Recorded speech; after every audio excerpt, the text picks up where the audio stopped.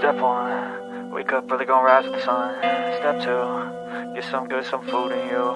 Step three, think real hard about what you wanna be. Step four, fuck everybody, just do your thing. Wake up, today's gonna be a good day. Wake up, today's gonna be a good day. Wake up, today's gonna be a good day.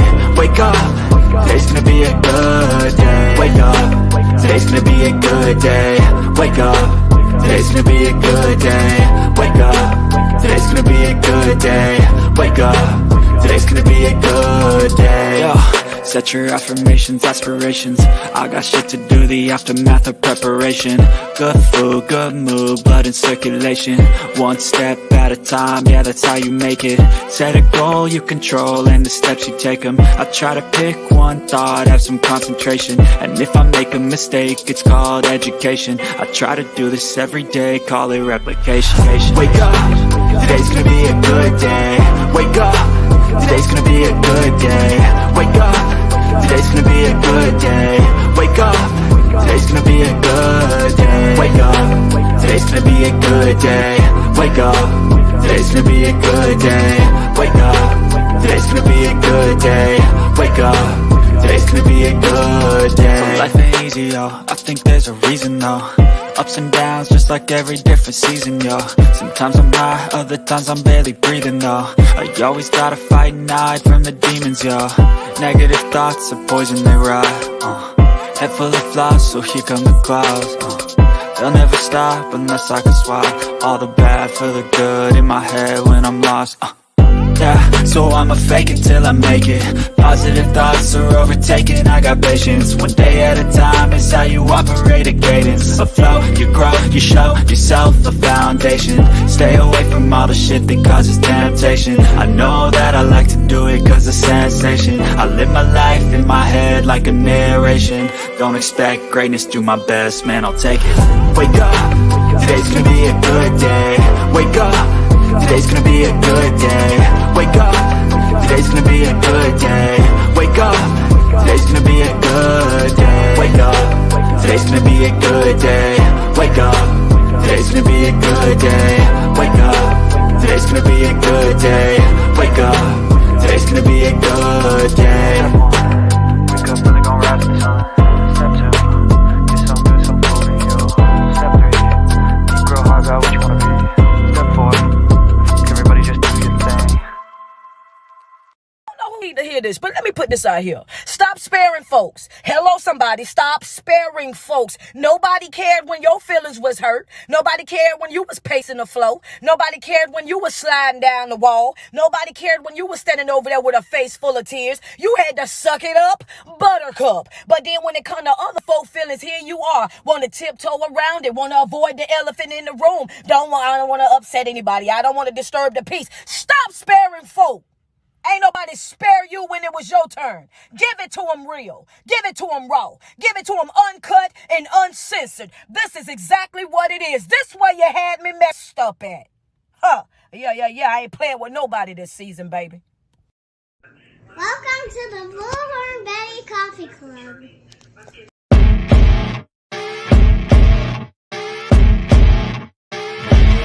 As you wake up in the morning, you want to find the latest, greatest information about criminal cases and have an intuitive conversation about the suspects associated with these cases. Head over to the Bullhorn Betty channel on YouTube.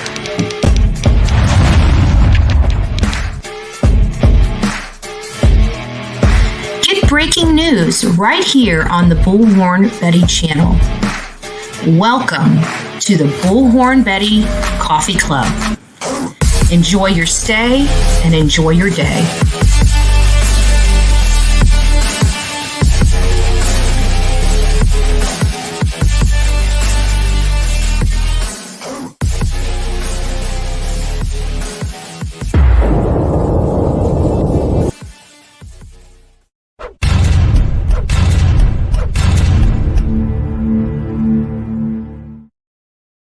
Well, good morning. Hopefully we don't have the technical issues we had yesterday. I don't know what I did. I didn't mess with any settings today. So let's keep our fingers crossed that my mouth matches my words. I saw it going on here and everybody's like, oh, we hear you. It's great. It's great. Well, I went back to the replay and what I was seeing on my screen is what was recorded. So I know when I see it on the back end, it's bad. If it's bad, it's bad. And there was nothing I could do with it because once you set the settings, you can't unset the settings. So good morning, Coffee Club. I am so happy to see you all here this morning. Many of you know I stopped doing weekends. For a little bit. I had some personal stuff that I had to take care of. I was going to start next weekend, kicking off our weekend show again.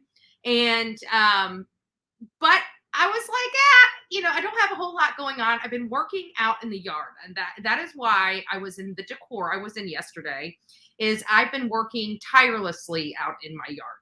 In the backyard, you guys know, with Hurricane Ian, it demolished my roof. There's a lot of shingles. I've been waiting 4 months for a new roof on the house. And the backyard, all the shingles that were there have been there because I've been traveling and doing other things. Nobody is going to do it but me. Right?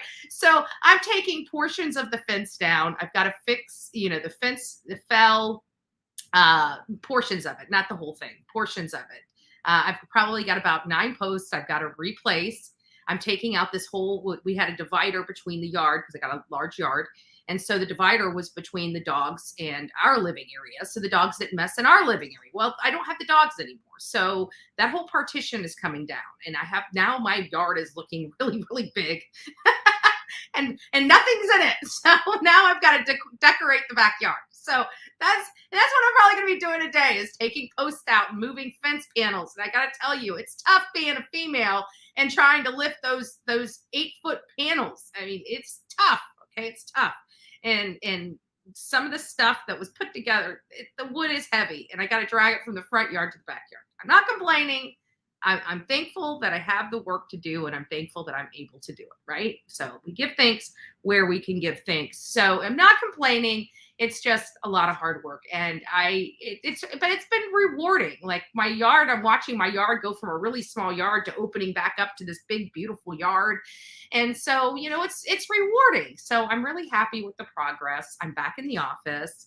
I've got a lot of stuff that's going on here at the house, and just kind of excited. So anyways, good morning. Big Boy, one of the first people to come in here, surprisingly, Big Boy, I'm surprised. The first person, you're awake on a Sunday morning. Like, oh my gosh, right? Stick a dagger in my heart. No, I'm just joking. I'm teasing you, Big Boy. God bless you. God bless you for being here. Slim Skittles, we're slimming down ourselves, right? I keep having my hand. I woke up in the middle of the night. This is my problem. And I know I got a lot of people that have the same problem as me. Who wakes up in the middle of the night hungry? Like, I wake up in the middle of the night. I am like very cautious and conscious during the day, what to eat, making sure I eat healthy, and of course I bring junk food in the house. Okay. And that's probably the first problem right there, is if we didn't have junk food when we wake up in the middle of the night, we won't go grab the junk food. I am half asleep, not even thinking, not waking. And here I am, eyes closed, going into the kitchen and grabbing into the bag of gummy bears and popping gummy bears in my mouth as I walk back to my bed to go to sleep. I am not lying. I am embarrassed to say that, but it is the honest to God truth. Bullhorn Betty and Sugar Munchies in the middle of the night. My body, like, I'm not even thinking. Body is on autopilot. The body is craving gummy bears. I am not craving gummy bears. I'm ashamed that I have gummy bears in the house. Absolutely ashamed that I have gummy bears in the house. Kind of like the blue Bryan Kohberger blue toothbrush, right? I shouldn't have it. Mama Shell Bell, it's nice to see you. Dixie, Kentucky girl, nice to see you as well. Lady 7-Up. I don't know what it is. Every time I start laughing hard, my eyes water. It drives me nuts. When you're on camera and you've got makeup on, the last thing, like, tears are not your friend. Okay. Tears are not your friend. Good morning, sweetie pie. Oh, thank you for the sweet and kind words, love. It's nice to see you, Candy Apple. It's nice to see you, Tammy. What else do we? The struggle is real. Good to have you here this beautiful Sunday morning. What don't you do? I need a lesson. I do it all. I do it all. I used to run a handyman business for like a decade, right? The handyman business went to my husband when we got a divorce. I got the house and 2 cars. He got the business and a bunch of tools. And I got sued. Don't forget that. The whole time I was being sued for my ex-husband's credit card bill, I got to tell you, I was sitting there saying, I got the house. I got the house. I got the house. However this turns out, I got the house.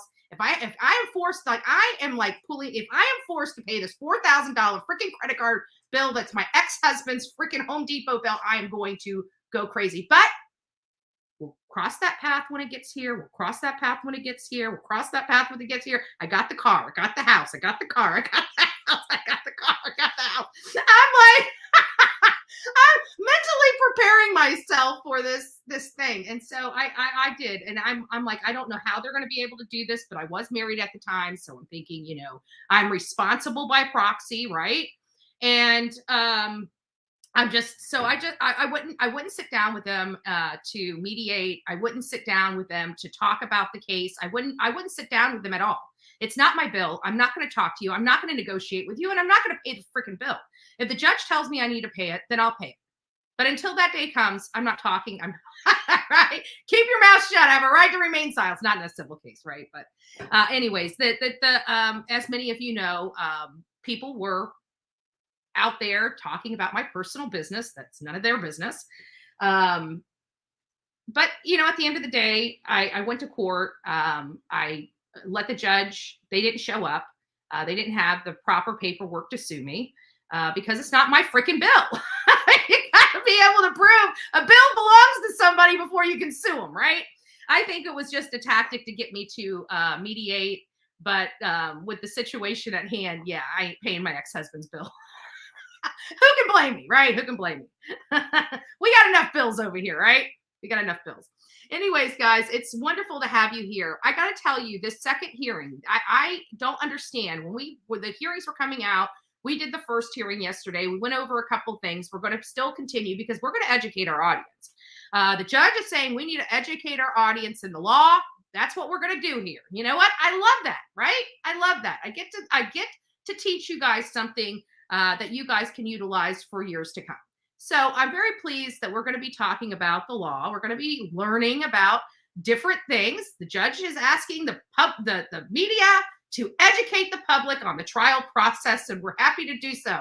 Now, we're also going to talk about the law, like non-constitutional non-dissemination orders too, Judge. But the second hearing, nobody could find the second hearing. It was like pulling teeth. And then, of course, we see our beloved JLR, right? Like, I'm starting to get jealous over here. I don't really like the JLR getting the goods, and I'm not. No, I'm just joking. I'm just joking. God bless him. God bless him. Because if he didn't get it, I wouldn't have been researching to find out where I can pull it from, because I wasn't going to run his stuff on my channel. All right. So, good morning, Matt. Nice to see you, love. Nice to see you. So anyways, I'm sitting here and I'm searching and searching and searching. I'm like, where the heck is this? Like, I'm looking at the order. The order says that Court TV is the pool cameraman, and they're supposed to be distributing this on their YouTube channel. I'm over on their YouTube channel. Can't find the freaking video. They're not following the order that they agreed to with this court, and the audio really sucks. So it's like, I don't want to dog Court TV, but damn. Right? It's like, come on, guys, get it together. Come on. There's a lot of people waiting on you. So it really, really kind of burned my grits that I had to go to their channel to pull this off when they're the pooled videographer. That means that they were, the courts decided that they were the most responsible to distribute this video to everyone. And therefore, with their history and being in the courtrooms and doing these things for a living, you know, Court TV is kind of the go-to for these courtrooms because they have the experience in doing a lot of live coverage from the courtrooms. I mean, who else would you want Two, nice to see you, Justice Jane. Who else would you want to be running these hearings from the courtroom, except exceptionally experienced people that run hearings from the courtroom?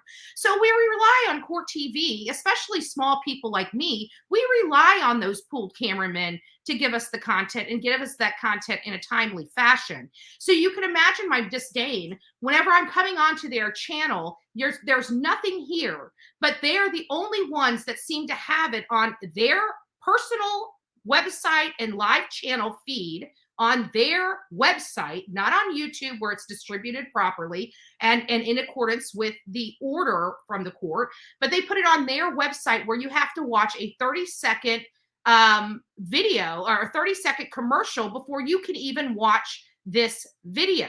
So they're making, even though they're the pooled cameramen, they're authorized, they cannot put a copyright restriction on these proceedings, yet they're the only ones that are putting it on only their website with a 30-second advertisement. So they, and I don't mind the commercials. I have to be honest. Everybody has to make money. It costs them money to have their people there. It costs them money just have that equipment. It costs them money. So it's not the advertisement that I'm concerned. It's the fact that it's not downloadable. It's not distributable. And that's the problem I'm having with it. I know that because just like I'm going to be pulling it, this channel right here is monetized. Not only is it monetized, it has auto ads already built into the show. So it doesn't really matter to me. I'm going to be putting ads on this. So that's not the problem. It's the distribution.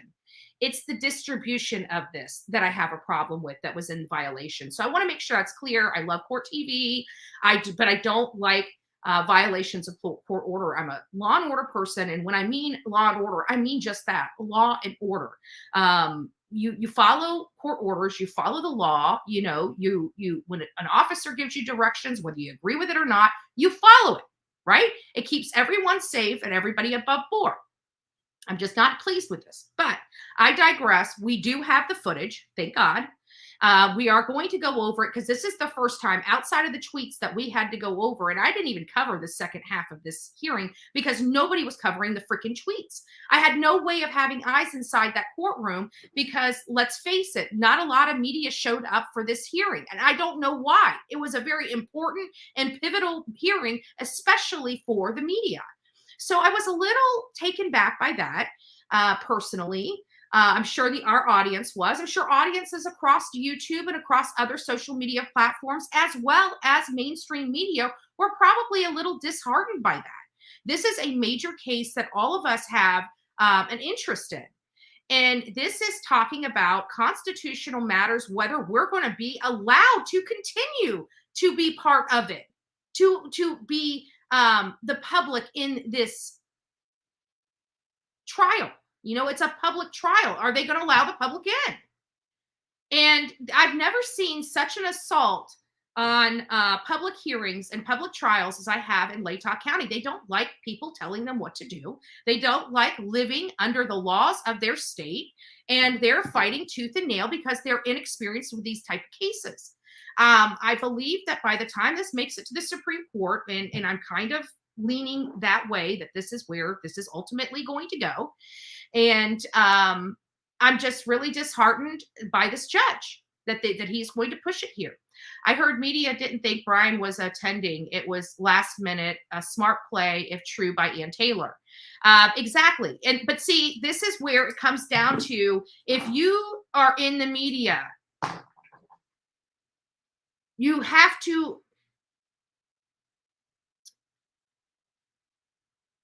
preparing for success, you've got to prepare for it. Things happen last minute.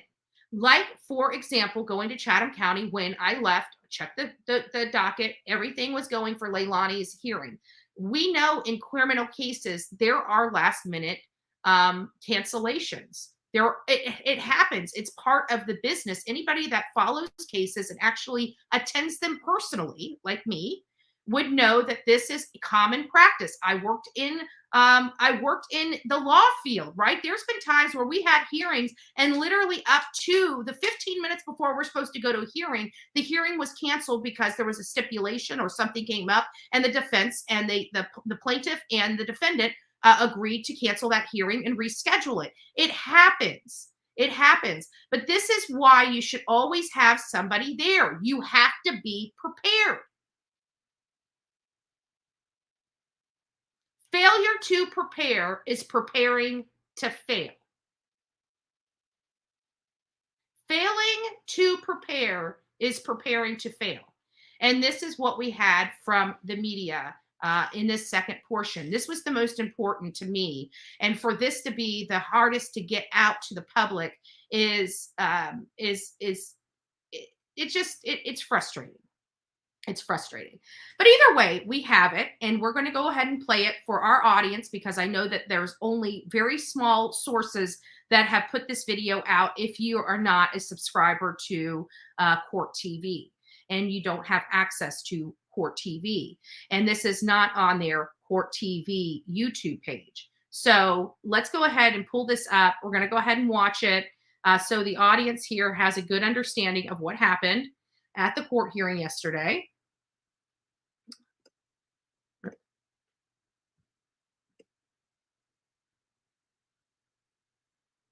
Kohberger CR 2922-2805 in the courtroom. Why is it not letting me? It's not letting me expand it. I don't understand why. Hold on a second. There we go. There we go. It just won't let me expand it. Attorneys. Once it's. Ms. Taylor. Won't let me expand it. Mr. Loxton, and I'm sorry, I missed you because you were behind the screen. And it's the audio sucks. But also, Ms. Massa is also present. I don't know if I can increase it on your end or not. Thompson and Mr. Rudley, and we're really here for the motion. Associated Press et al. I'll call you non-party media coalition. So Ms. Olson and Mr. Carone could come up, or I don't know if it's just going to be you. Ms. Olson? I would be the only one arguing, Your Honor. Okay, well, thank you. So we have a lot of things to sort of sort through. And I know some of your clients are listening on Zoom, and I can't look at all of you while I'm looking at here, but I just wanted to acknowledge. I'm back here, guys. I'm just I wanting you think guys to have a we full screen of what's probably going need to on. Start with the motion to intervene. But let me just tell you my thoughts about that. I think that after reading the Supreme Court's decision, the coalition has standing, and so I think you're entitled to be here and make the argument. But I don't know that I need to grant intervention. But I don't know, what's your view of that? Your Honor, we think just to have the clearest record possible, that the court should grant intervention for this limited purpose. We think that would frankly also be helpful should the situation arise again, since there's simply no rule that sets out whether we can do this or not, which is among the reasons we went the wrong place the first time. So we would ask the court grant the motion. I don't intend to offer any of the argument other than was offered in the briefing round. Okay, let me go to Mr. Rudley or Mr. Thompson. Your Honor, we don't have an objection to granting the motion to intervene for the limited purpose of challenging the amended non-dissemination. Okay, Ms. Taylor? We don't have an objection. Okay, great. Okay, so I'll grant that request for the limited purpose. The reason I was worried about that is I don't want the media to be really, so to speak, a party that has to be involved in so many things that we're going to be dealing with. So, but I will grant that request for the limited purpose of what we're talking about here. Thank you, Your Honor. And then there's just one other housekeeping matter. As the court indicated, some of our clients in the coalition are participating by Zoom. they have been informed and directed that they may not record the proceeding that's occurring by Zoom, but they may report on it after the fact, just like any reporter here in the courtroom, or as if they were with us here in person as our party representatives. Agreed. Thank you, Your Honor. All right. The next issue, though, is this motion for shortened time. I didn't sign that proposed order. Apparently, there's an objection, and let me hear from you first about what that might mean for what we're going to do today. Well, Your Honor, I think given that the hearing has been scheduled today, the court has in essence granted the motion to shorten time unless it would be allowed. You'll just slow down. Yeah, sorry about that. I think the court has indicated it's going to grant that motion. We're having the argument on it today. I think the one potential sort of hiccup there or sticking point there might be with respect to the evidence that Mr. Kohberger wants to introduce, to which we do object, given we became aware of it 3 days ago, and there simply hasn't been enough time to vet the information that they seek to provide. And as we set out in our reply brief, we think it's not appropriate anyway, given it's the time for them to have introduced evidence in support of the gag order that's in place was in January of this year. So I think that might be the sort of hiccup with respect to whether the court might end up shortening time or giving them additional time to present that evidence. Well, I haven't approved the shortened time because I wanted to hear from counsel how they viewed that. I know when I talked to Mr. Crone last time, I was concerned about the short time, and I was really, maybe it wasn't very direct, but encouraged that we allowed a little more time because I know there was going to be a lot of briefing. At that time, I think Mr. Logston, said that it's going to be really difficult for us to get things together for an expert, but we'll do the best we can, is what I remember. And so here we are. I was also concerned about the massive amount of briefing that I had to go through very quickly, which I did. And I want to make sure, because this is a very important decision, that everybody has the opportunity to weigh in with what they want to present. So maybe I should go to Mr. Logston and see. May I offer one other comment? Well, yes, go ahead. So, Your Honor, understandably, I think we all agree that this is an important matter to address, and that there are significant interests at stake among both the parties and then the interveners. And I think our concern in wanting to move it forward sooner rather than later is that this gag order has been in place since January, since virtually the inception of the case, and it has rendered harm to our clients' interests. And so that's why we wanted to move forward more quickly. And that's why we had offered, we thought, as sort of a interim step. And we were at the hearing this morning, we heard your comments to Mr. Logston at the end, but that's why we had sort of offered as a interim step, vacating the gag order pending a more fulsome evidentiary hearing. By the way, I mean, just so you know, I find that to be a very kind of inaccurate and distasteful name for the order. So he doesn't like the name gag order. Had trouble about that. Well, it's a gag order. What's the definition of a gag order? Let's look at what a definition of a gag order is.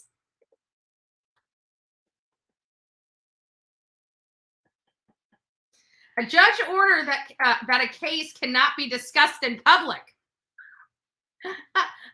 Like, seriously here, Judge. I mean, I don't understand why you don't like it. Here, let's see what this is Oxford Languages do. Gag order. Gag order. Unless you don't know the pronunciation. Gag order. What you're doing is a gag order, Judge. Don't be upset that people are calling what it is. For a long time, and it's not called that. So I would appreciate not using that term. It's distasteful, and I think it's inaccurate, and I think it's been overstated, just the impact of that order. Just the impact of that word. Thank you, Ron. Idaho, you guys, this just like this is the reason why the judge doesn't want cameras in the courtroom. he likes to tell people how to talk, think, and walk. No freedoms. This judge does not believe in the Constitution, guys. This judge is going to be toast after this trial. I can feel it. He's going to be toast. Well, and so you are. Why don't I go to Mr. Logston and we'll see. Yeah, let me go to my friend, Mr. Logston. Presentation of the evidence and or expert testimony. Go ahead. Your Honor, we have two witnesses. We also filed, as I'm sure the court is aware, a motion. We believe the court has the ability to take judicial notice of the media coverage in this case. The media, as we understand it, is essentially objecting to there being a record made at this point. Our stance is this is a live issue, and this will not stop being a live issue so long as our client is in. There are some facial expressions that Bryan Kohberger give, and it's like this one right here. Hold on.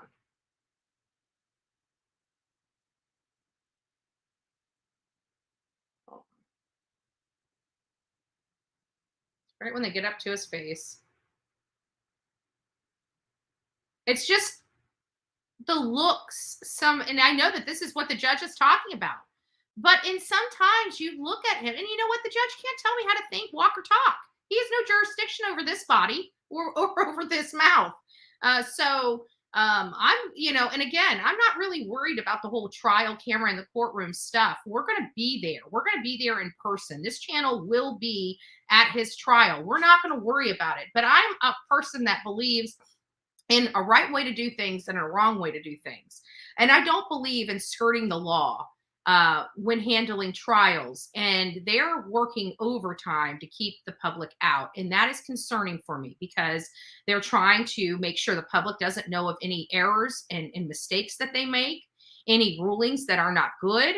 They don't want us to see anything going on in this case. And they're trying to say it has to do with this man's right to fair trial. I wholly disagree. I definitely agree that there are certain things that the public is not a privy to, and that would alter the rights to his trial. I do believe that there are certain things that rise to that level. They're trying to say everything in this case rises to that level, and that's going to be the problem they're going to have with the Supreme Court. I don't mind the judge. Just Samantha says, I don't mind the judge. I think he's doing his best to keep it fair and balanced, gave both sides as much time needed to explain their side. Now he will weigh the options. Yeah, but you can already see his leaning.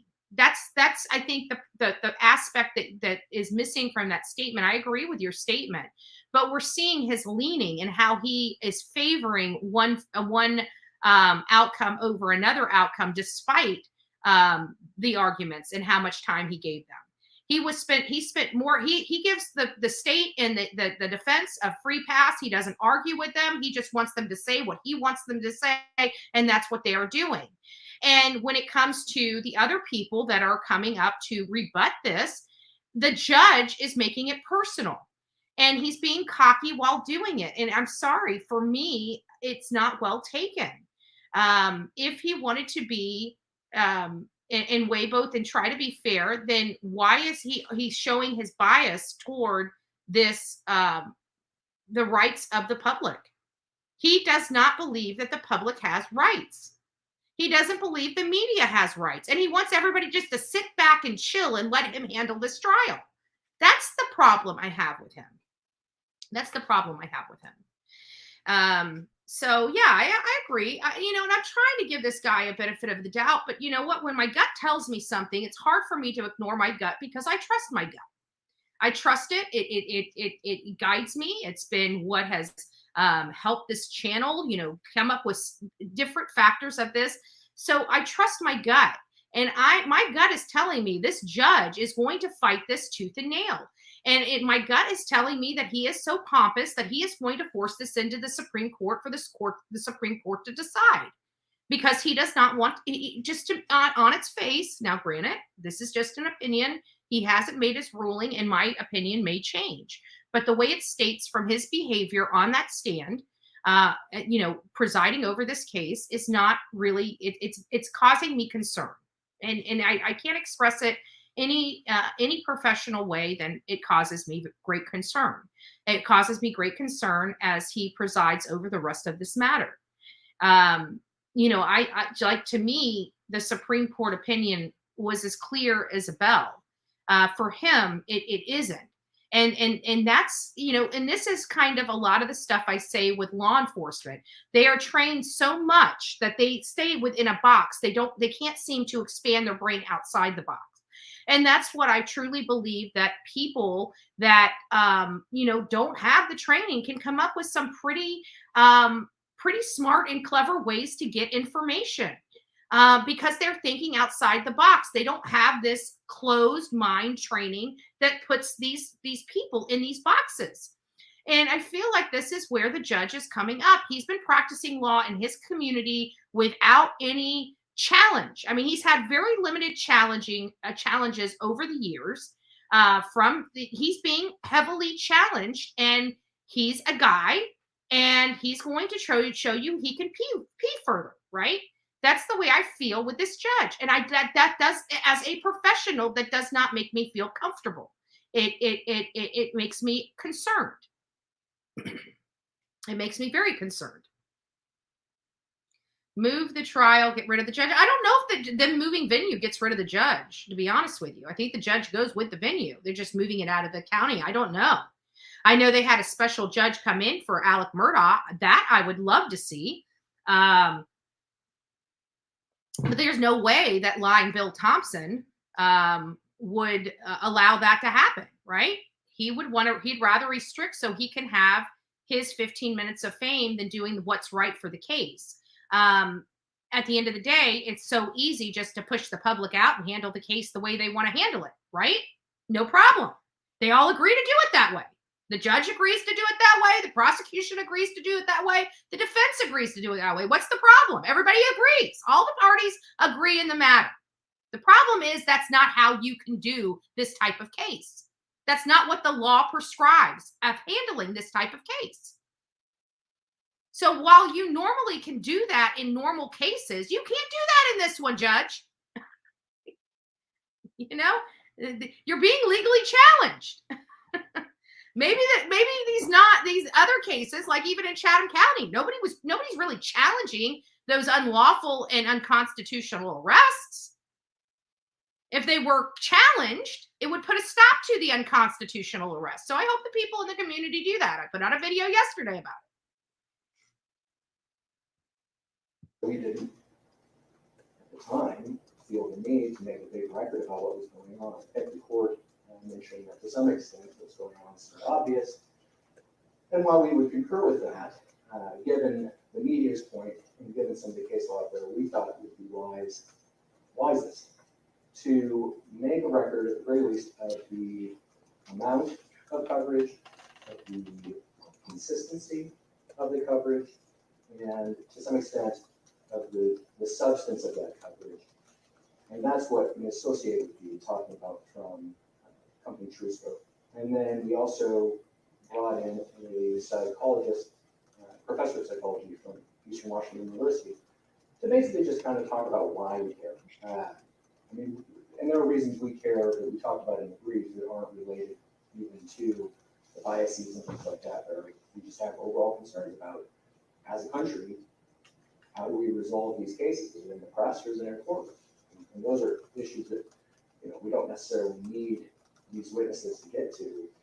But to the extent that the United States Supreme Court has clearly shown that we do concern ourselves with the effect on jurors, even the effect on ourselves and our witnesses, that we brought in a social psychologist who can explain what goes issues are a little bit better than we just sort of understand.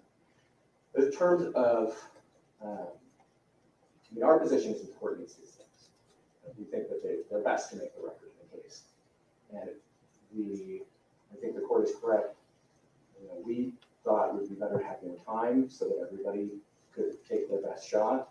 I feel like we did a pretty good job of warning everyone that we were going to be bringing witnesses today. Yeah, but that, at the same time, like I said, it's a live issue. The court could issue something today, the media could go back, find themselves an expert that they think blows our whole case out of the water, and then come right back to court and say, well, let's do this again. And that doesn't make any sense to me. So I certainly don't have an issue if the media decides what they'd like to do is have additional time to find their own witnesses, for that matter, to prepare more. We're not going to object to any requests to move this here. Thanks, sir. I can barely hear what they were saying. And I got a speaker. Maybe you want. I got a external speaker Thank you. to hear this stuff. I ordered a speaker to hear The it. state has no position on the motion to shorten time or hear additional evidence. Thank you. All right, so Ms. Olson. Back up. Wendy, my hero. I'll tell you where I am on this. Well, number one, I agree with Mr.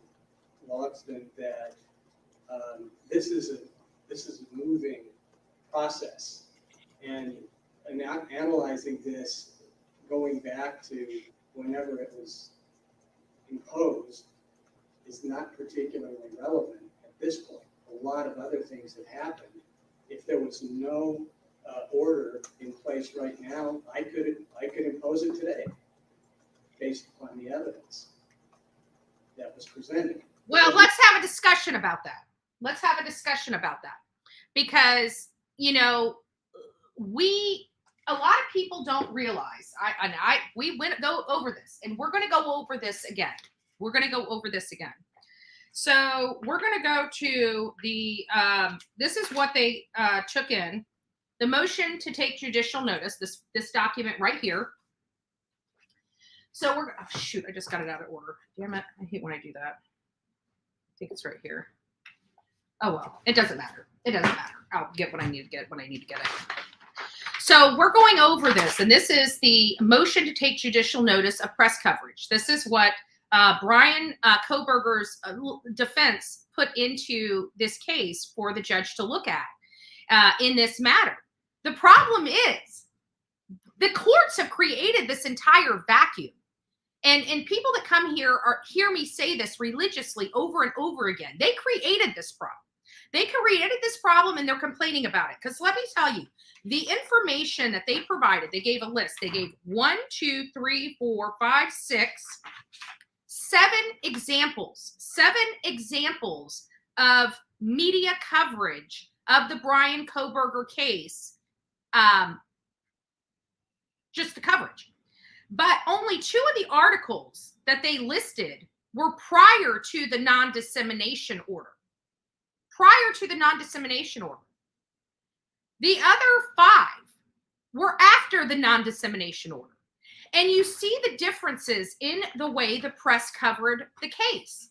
The press covered the case much, much better pre-non-dissemination order. What do I mean? So, for example, let's read these documents. Here it goes. So this was prior to the non-dissemination order. This was the title, prior to the non-dissemination order. If they are in over their heads, then acknowledge that. More than 6 weeks after the Idaho murders, Kaylee Gonzalez's family lawyer questions if the police are capable. The attorney absolutely has a right to question that. The family absolutely, without a doubt, has a right to question that. So again, don't understand how this is prejudicial in this case. This judge basically wants nobody discussing this case at all. You don't have that authority or that right, Judge, despite how far you can pee. I can tell you, I can pee further when it comes to this argument. You have nothing over this. Nothing. And so they're talking about this. A lawyer representing the family of slain University of Idaho students, Kaylee Gonzalez, is publicly questioning whether the local cops are capable of solving the quadruple homicide. Speaking on the Today Show, an interview that aired Monday, Shannon Gray told the Gonzalez family is extremely frustrated with law enforcement's lack of answers and more than a month after their daughter's death. How is that prejudicial to Bryan Kohberger? How is anything in this article prejudicial to Bryan Kohberger? Just because they throw it in here and tell them to take judicial notice doesn't mean it's prejudicial, right? So nothing in this article prior to this non-dissemination order was prejudicial to Bryan Kohberger. Now we go over to the second one, which was titled Last Recorded Movement of Kaylee Gonzalez and Maddie Mogan. Is this the right one? I think this is all still part of that first one. I think it's all part of that first one. Give me just a second. Okay, here's the second one. And so the second article, that was all part of the first article. The second article says Gonzalez family attorney speaks out on a month anniversary of murders. Again, he's allowed to. They hired him to do this very thing. That's why victims' family hire an attorneys so they can speak on their behalf. This is not an uncommon practice. This is not new in this case. This happened all over the country for decades and possibly centuries. 2 centuries our laws have been in place here in this country. 2 centuries, 200 years. And then all of a sudden, it's now a problem for this judge. So this one says, Moscow, Idaho. Kaylee's family attorney, Shannon Gray, said they met investigators Monday to speak about accountability and transparency. He told Nonstop Local the family has not been getting information they desire. In fact, at times they were finding new information from media rather than police. How is that prejudicial to Bryan Kohberger? It seems like it's a slap in the face to the prosecution and maybe the reason why the prosecution wants to shut the Gonzalez family up. Possibly. Perhaps. Right? Perhaps.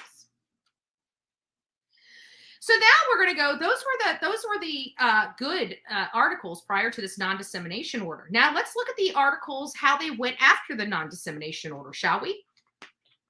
Capital punishment. Family of Bryan Kohberger's victim will seek the death penalty for the Idaho murder suspects and speak out on plea deal.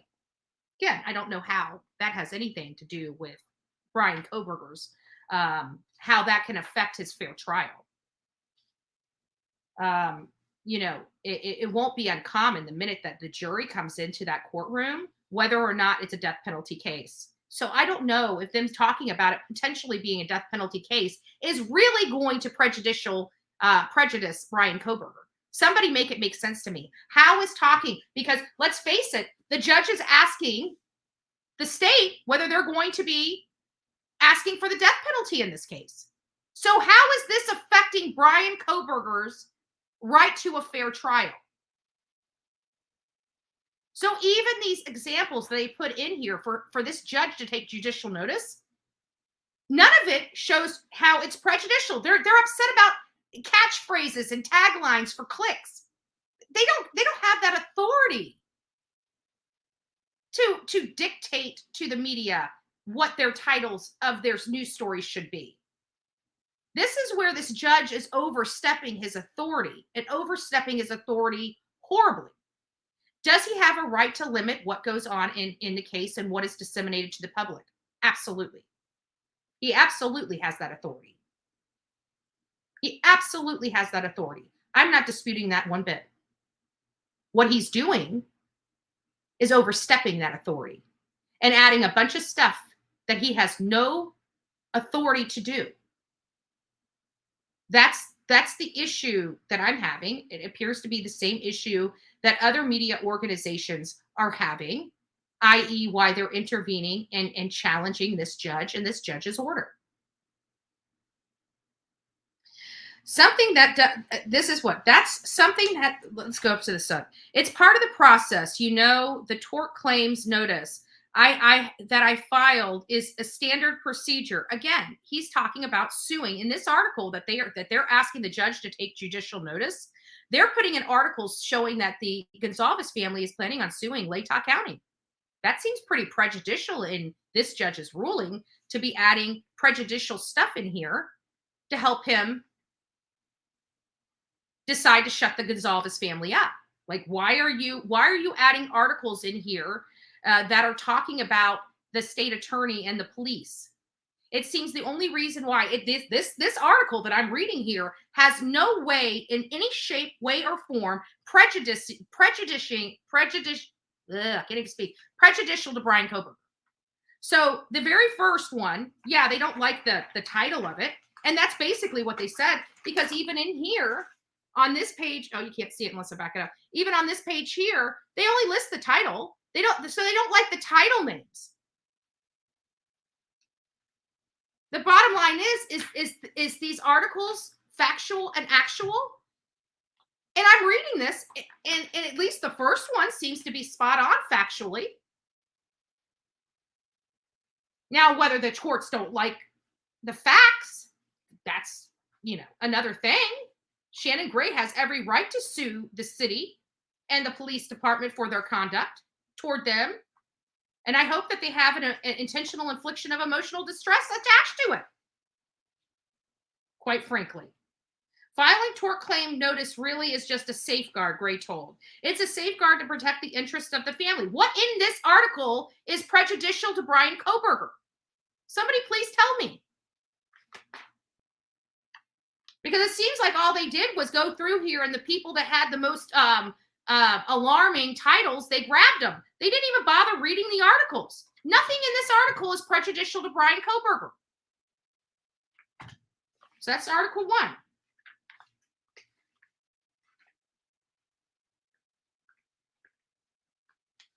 Let's go over to Article 2. Title, Perils of Evil. Ted Bundy survivors speak, linking their gruesome attack to Bryan Kohberger. None of this information came from any party in the trial. So now the judge thinks it can order people not to reach out to cases it has no jurisdiction on, like survivors of Ted Bundy. Now this court wants to limit that too, because we're taking judicial notice. Let's see if anything in this article is prejudicial to Bryan Kohberger. The brutal killing of 4 University of Idaho students have captured the attention of the nation as suspect Bryan Kohberger awaits trial. Doesn't seem prejudicial to me. Two survivors of notorious serial killer Ted Bundy warn his murderers bear an eerie resemblance to the Florida State University sorority house killing. I think they meant Idaho killing, but it may be whatever. I don't see how that is prejudicial to Bryan Kohberger, nor do I see how this judge has a right to limit those comments. There have been a lot of mass murders, but Kohberger seemed to be almost pick a murder that mirrored one of Bundy's murders. Is that a coincidence? I don't know. Survivor Karen Pryor said on Fox News.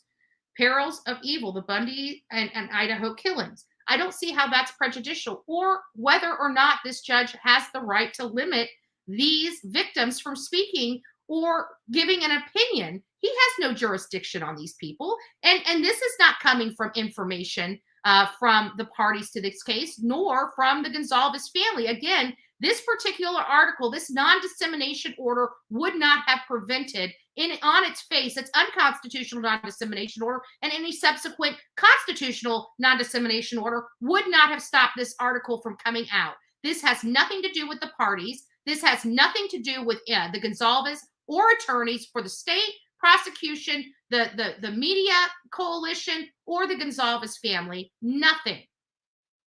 Nothing. Bryan Kohberger, the criminology PhD student accused of home invasion murders of 4 University of Idaho graduate, was indicted by a grand jury in Latah County earlier this month, according to authorities. How is that prejudicial to Bryan Kohberger? I mean, let's take the impact of the titles away and let's read the actual articles, shall we? Because nothing so far, everything so far has been that's been in these things have been factual and from fact-based information. We all know that Bryan Kohberger is a criminology student, a PhD criminology student at Wazoo. That was provided to us by law enforcement. That's a statement of fact that we all know. Prior to this non-dissemination order or the arrest of Bryan Kohberger. Let's see, he's accused of a home invasion. He has a burglary charge. That's factual. And the murders of 4 University Idaho students. He's been indicted on burglary and 4 first-degree counts of murder. So that's factual information that doesn't affect or prejudice Bryan in any way, and was indicted by a grand jury of Latah earlier this month. That was all provided to us by the courts and by this very judge allowing us to know about the indictment, and it's posted on his docket. So again, this statement is not prejudicial to Bryan Kohberger and is without a doubt a factual statement. He is accused of sneaking into the college hometown rental home around 4 a.m. on November 13th, 2022, and killing Kaylee Gonzalez, Maddie Mogan, Xana Kernodle, and Ethan Chapin inside. He is being accused of that. He is on trial, a public trial for this very crime. Factual information. That is a factual statement in this article. And it does not prejudice Bryan Kohberger one bit. When news broke about the murders, Bundy survivor Cheryl Thompson said reports brought her back to events of January 15, 1978. How is that prejudicial to Bryan Kohberger, and how is this statement a violation of the non-dissemination order? I could relate, Thomas told Fox News' Nancy Grace. Pryor added, it brings back that memory when she managed to just barely survive Bundy's rampage at a sorority house. Earlier in the morning on January 15th, Bundy broke into the Chi Omega sorority house at Florida State University, where he unleashed hell on sleeping sorority sisters. He attacked and bludgeoned 4 girls in the house, leaving Margaret Bowman and Lisa Levy dead. Pryor was one of the sorority's house's survivors. So again, how is this prejudicial to Bryan Kohberger? This woman has a right to make this statement. The news has a right to capture this statement. This is an opinion that they are allowed to have under our Constitution and the laws of this country. And this judge that's up here is trying to prevent that. And the state and defense is providing this as the reason for it. This right here does not show prejudice to Bryan Kohberger. This does not show bad ethics of reporting from the reporters. So far, everything in this article that they're exhibiting as a reason to maintain this non-dissemination order, nothing in that non-dissemination order would have ever prevented this article from ever making its way to headlines. Nothing. This judge has no jurisdiction over Ted Bundy survivors or their opinion in linking them to Bryan Kohberger. He can't stop that. Nothing in that non-dissemination order would have prevented this article from coming out. Nothing. They're not getting it from the state. They're not getting it from investigators.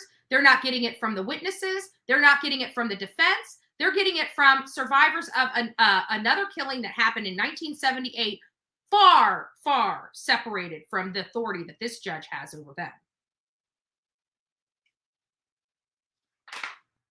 Accused Idaho killer Bryan Kohberger's body language compared to Lee Harvey Oswald. Again, nothing in this non-dissemination order would have prevented them from using that title on this document. Accused University of Idaho killer Bryan Kohberger acted like someone who was caught doing something wrong upon learning the possible fate that awaits him, but otherwise showed a level of calm most capable to infamous assassin Lee Harvey Oswald's body language, experts told the Post.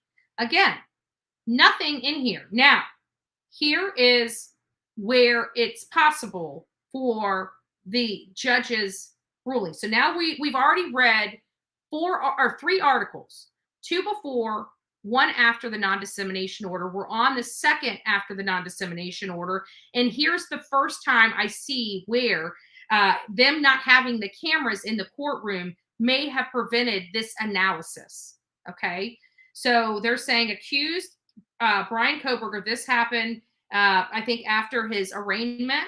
Accused University of Idaho killer Bryan Kohberger acted like someone who was caught doing something wrong upon learning the possible fate that awaits him, but otherwise showed a level of calm comparable to infamous assassin Lee Harvey Oswald's body language, experts told the Post. Now, with that being said, with the cameras, all they would have had to do was have a freelance reporter in that, and they would have still been able to come up with this line for this article. Okay. So again, the non-dissemination order would never have prevented this article from coming out.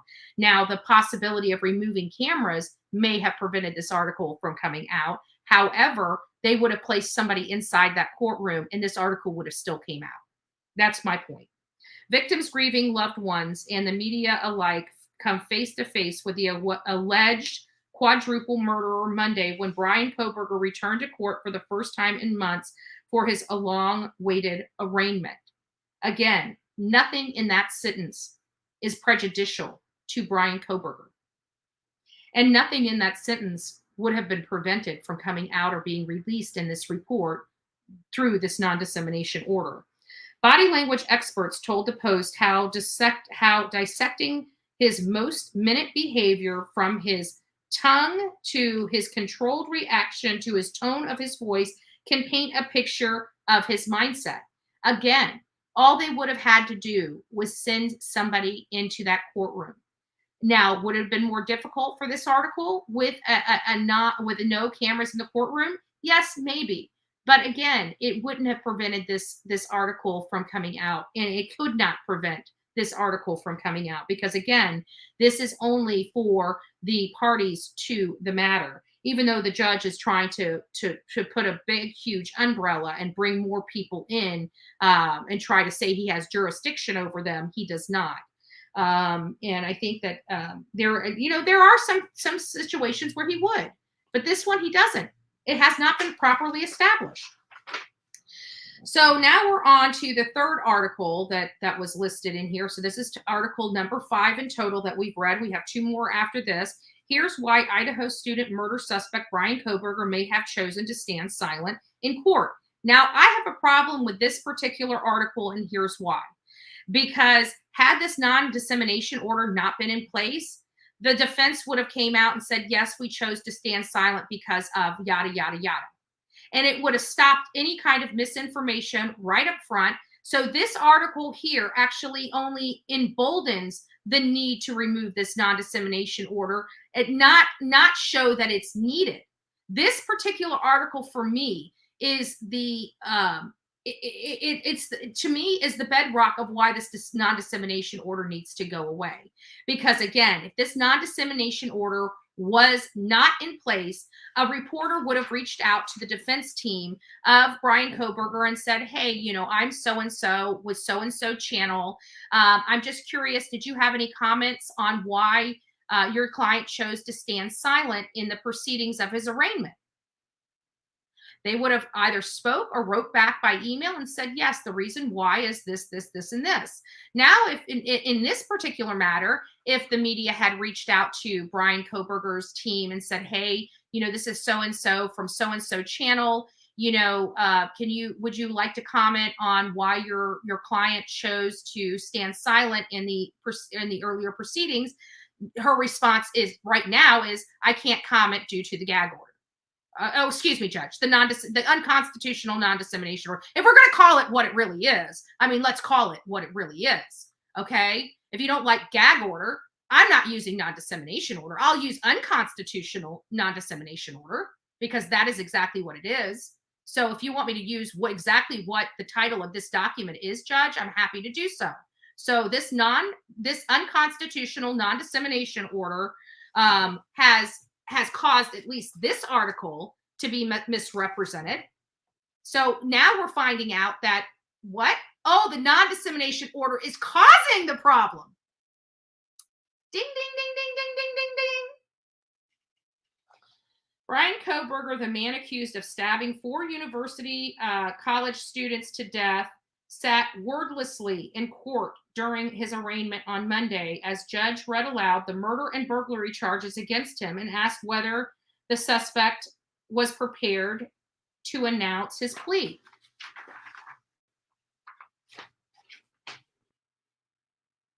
Then entered a not plea guilty on the defendant's behalf, effectively allowing him to avoid verbally committing to a guilty or not guilty plea. He stood in silent. So far, everything in this article has been factual. It does not prevent Bryan Kohberger from having a fair trial. This is the evidence that they're presenting to the judge, by the way. If you're wondering why am I reading this stuff, it's because this is the reasons, this is what the defense is saying that they need this judge to continue this non-dissemination order because of these reasons, because the media is lying and misrepresenting facts to their audience. Well, they wouldn't be misrepresenting facts to their audience if this non-dissemination order wasn't in place and people could decline to answer if it doesn't suit them like normal, or decide to answer as long as it doesn't affect the case in any way. And even if this whole arraignment, him barring these attorneys from speaking or even breathing a word of this thing, it seems a little ridiculous, because they could have put this particular thing, this particular document, this particular article, they could have put to bed early on. We didn't have to be discussing it for 2 weeks and coming up with every 15,000 theories of why he stood silent. If this non-dissemination order wasn't in place to begin with, they could have reached out and found out. So again, this is proving my point that this non-dissemination order has created this vacuum of misinformation, not the other way around. And still, the articles that they have produced to this judge does not prejudice. I have not found where it's prejudiced Bryan in any way. And I have not found so far out of 5 documents that any of the information contained therein have been not factually accurate. I haven't found that yet. Call me crazy. We're reading the articles. I haven't found it yet. Though highly unusual, standing silent is not unheard of. The tactic was also used in the case against Nicholas Cruz, the gunman responsible for the 2018 massacre at Marjorie Stone Douglas High School in Parkland, Florida. Accurate information. As the October trial looms, Kohberger faces 4 counts of first-degree murder and 1 count of burglary for the November 13th killing of the University of Idaho students Kaylee Gonzalez, Madison Mogan, Xana Kernodle, and Ethan Chapin in an off-campus home in Moscow, Idaho. Factual information, not prejudicial. Though a sweeping gag order has largely shrouded details of the case from the public, investigators said Kohberger, a graduate student of the Department of Criminology at nearby Washington State University, broke into the victims' homes and stabbed them repeatedly before fleeing the scenes. That is what law enforcement told us. Nothing is unfactual about this, and I don't see how this prejudiced Bryan Kohberger in any way. The gruesome killing and prolonged investigation blanketed the college campus and surrounding city in uncertainty and apprehension. After nearly 7 weeks, Kohberger was arrested and identified as the alleged killer. Nothing prejudicial stated there, and that is a factual statement. Many spark public outrage that they are not taking responsibility for their alleged actions, he explained. Prosecutors and defense attorneys may also be negotiating behind the scenes, potentially discussing a plea deal, Newsom said. Nothing in here would have been prevented from being discussed under this non-dissemination order. Nothing. They're allowed to reach out to somebody else and say, hey, what do you think about this standing in silent? Even if there was no cameras in the courtroom, as soon as this came out, we would still be speculating on why he was standing in silent. They can't prevent us from knowing that he stood in silent. They can't prevent us from knowing that. It's a public trial. So nothing in here, the non-dissemination order, would have stopped from coming out. Bremner dismissed the idea that the move could Bremer dismissed that the idea that the move could indicate that Kohberger's attorney may consider a plea of not guilty by reason of insanity because there's no insanity defense in Idaho. Again, speculative that they're allowed to have under the Constitution. Nothing that the non-dissemination order covers would have prevented this article from coming out. Nothing.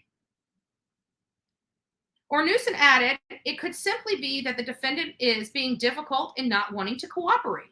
Again, an opinion, a perspective.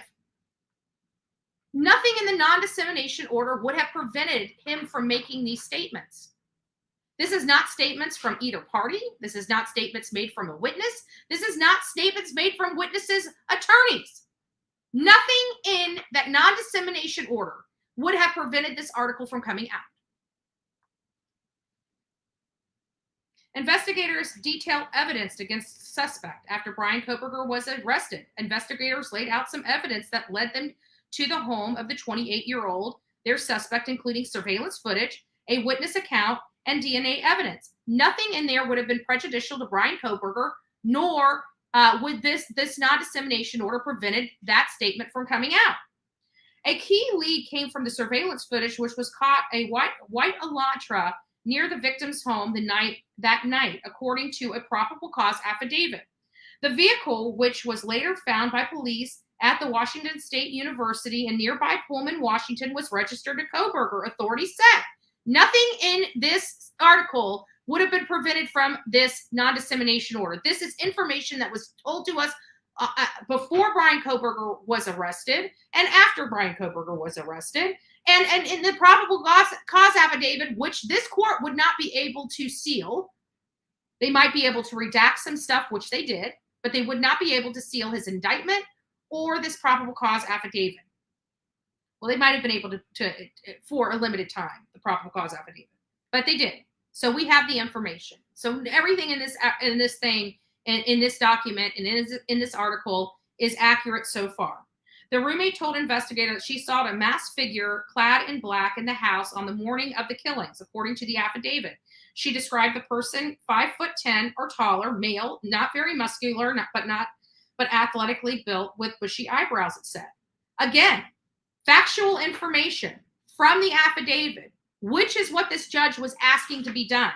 So far, out of 5 articles, nothing that was presented in this motion to take judicial notice of press coverage would have prevented any article of this coming out. It wouldn't have prevented any of this from coming out. So what this judge is trying to do in limiting this kind of stuff, nothing in here would have been limited by this non-dissemination order. And as a matter of fact, all of it came out after the non-dissemination order. So can we say that the non-dissemination order is ineffective? Perhaps. Perhaps. Idaho murder victim's father has a warning for Bryan Kohberger. Let's see what this one has to say. Steve Gonzalez, the father of one of the University of Idaho students fatally stabbed allegedly by Bryan Kohberger, allegedly.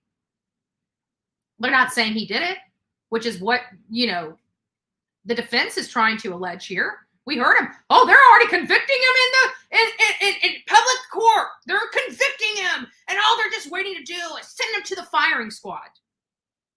Nothing that I've read so far indicates any of the theatrics from the defense related to this non-dissemination order.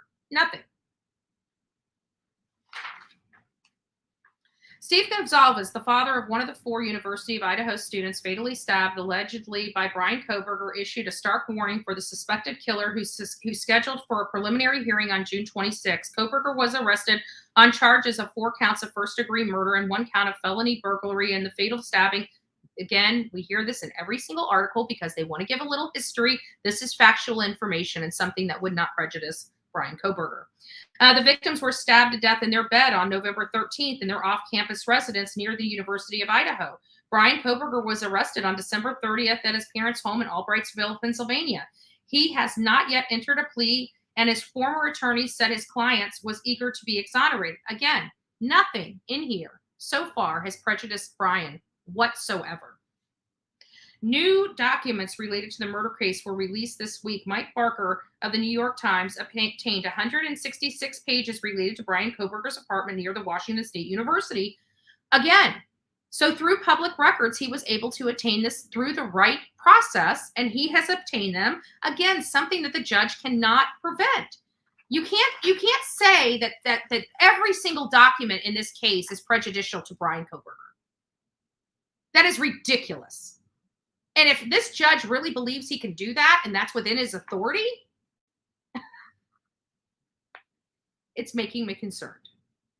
Bryan Kohberger looks toward his attorney, public defender Ann Taylor, during the hearing in Latah County on January 5th, 2023 in Moscow, Idaho. Steve Gonzalez, the father of one of the 4 University of Idaho students fatally stabbed, allegedly by Kohberger, issued a stark warning for the suspected killer, who is scheduled for a preliminary hearing on June 26th.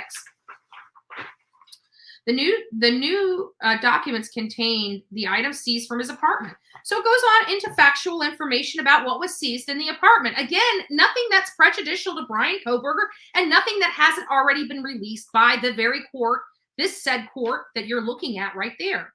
So again, I'm not going to go any further. This is bull. This is hogwash. They're trying to hope that the judge only reads the titles. I hope the judge reads the whole thing. Every article in here so far had factual information. I haven't found a deviation from the facts of this case in these articles. Maybe they don't like the headlines, like, Vanity Fair tried to do the hit piece on me because it didn't like one. They couldn't state what inaccurate information I provided my audience. They could only come to a thumbnail that said, "Oh my gosh, we didn't like this thumbnail. Oh, well, too bad. And that's what they're doing here. They don't like the titles of the articles, not the fact that the articles are written to send Bryan Kohberger to the firing squad like the defense states. They have clickbait titles. So flipping what? They're selling articles. That's their job. Like, what? But everything in the articles, we just read them. True, accurate, and correct. Give me a break. Give me a break. You don't like the clickbait titles. You can't control that, judge. You want the information to be factual. I just read them. It's factual.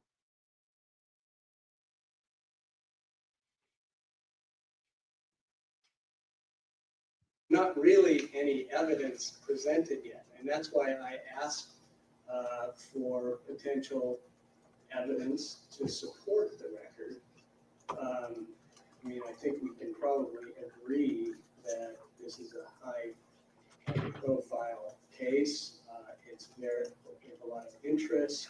There's a lot of misinformation and disinformation out there in the public, and that's quite concerning. Well, I can tell you, Judge, with the articles that were presented to you to rely on for your ruling had factual information in it.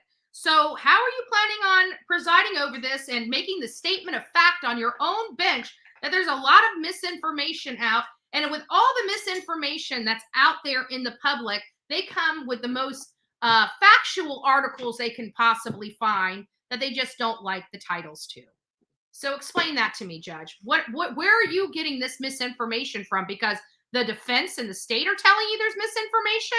Or are you finding that out on your own due diligence? I have a funny feeling, Judge, that you're listening to the state and the defense. Maybe open your eyes, your ears, and do your own due diligence. Just a little professional advice. My job is to protect the First Amendment as well. Which you're failing. Amendment, and there is a which you're failing. In that. I don't think there's any question about any of that. So I'm inclined to allow, the testimony and the evidence. I'm inclined to take judicial notice of the submission.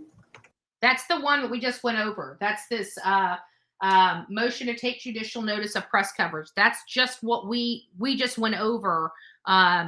The articles that they wanted him to take judicial notice. They only put the titles in the document, hoping that he only sees the clickbait titles.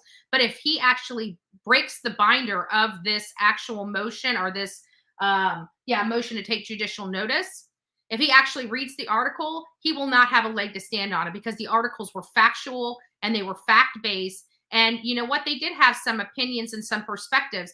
But what news article doesn't have other opinions and other perspectives in it? You tell me. Mr. Kohberger, but I am happy to put this out to give you and your clients an opportunity to respond to that, because I know it's incredibly short notice. Thank you, Your Honor. It's 3 days notice, but we can readdress some of that. We prefer to go forward today. And as Mr. Longston just acknowledged, if we feel like there's evidence to be found later, we'll probably just file a motion to reconsider it. And I would just like to address one point here. We understand that things evolve, and we're at a different point today on June 9th of 2023 from where the two parties were on the first, I think, January the 3rd, and then with the court in chambers with no court reporter taking down anything that happened. I'm surprised that the arguers of this didn't actually point out these inconsistencies with the motion to take judicial notice. I mean, if he was going to bring those in, maybe they do later in this, because we had no eyes on this particular hearing. So this is the first time I'm seeing it. This is the first time you're seeing it. Except if you watched it on, there's only 2 other channels that I know that have this. So, you know, it's just, we're hearing it. So they may bring it up, but he's saying he's inclined to take this coverage. Why did and I'm hoping they did, but if they didn't, why didn't the media go through the documents like I did and explain to the judge how this non-dissemination order would not have prevented any of these documents from coming out and make this entire notice moot? We'll see if they did. They might have. I mean, this is a minute and 30-second hearing. Where you had to file a redacted memo, and then the amended non-dissemination order that came out. We understand we're in a different place, but our point is that the court entered that without any findings of fact that warranted such a non-dissemination order that was what we assert is what order was now was overbroad and was procedurally deficient. And that's where the argument is. There is a First Amendment harm that occurs from a non-dissemination order that is overbroad, and where there was simply no opportunity for anyone other than the parties to weigh in behind closed doors with the court. And I was here this morning as I heard Mr. Gray say that he disagreed with the record that's been made on that. But I think that's a significant concern, and that the court should be concerned about the procedure that was used initially to enter that non-dissemination order. And that's why we continue to take the position that if the court feels a more fulsome record is needed, that the order in place is simply not justified by what the court did back in January. I agree, not justified. Pending the development of that more fulsome record, Your Honor. Well, whether that's accurate or not, I mean, that's why I'm inclined to allow any of the parties and the media to add to the record. I just want to remind everybody this initial order was an agreement. It's a stipulation. It wasn't that Judge Marshall just pulled it out of, air. It was an agreement between the parties. There are only 2 parties. Doesn't make it constitutional, Judge. Protect the Sixth Amendment. That was the reason for that, and I would note, because I think this is missed in the discussion, that this was going heavy well before Mr. Kohberger's arrest. So yes, we discussed cases, Judge. A lot of criticism, a lot of bad information. You know what? Criticism. He said it right. That's what they're trying to avoid, is the criticism. It's not whether Bryan Kohberger's getting a fair trial. It's whether the public's going to be critical of their investigation and critical of this process. That is our right to be, i.e., why it's public, why this stuff can't be handled behind closed doors, Judge. That is exactly the reason. You don't want us to be critical. You know, one of the reasons for a lot of different things, especially in news. What is protected is criticism. Criticism is absolutely protected by the freedom of press and the First Amendment to the Constitution. Absolutely, hands down. That's the whole purpose of it. That's the whole reason why there is freedom of the press, is so we're not obstructed in our criticism and how we want to write a story or tell a story. So, like, he is setting himself up for failure with these statements in the Supreme Court, in my opinion. In my opinion. These statements here are going to be fatal when it goes to the Supreme Court, if it goes to the Supreme Court. And that would trigger for any lawyer for either side to try to protect the integrity of the investigation. That's not protecting the how is criticism, you trying to avoid criticism, protecting the rights to this man's fair trial?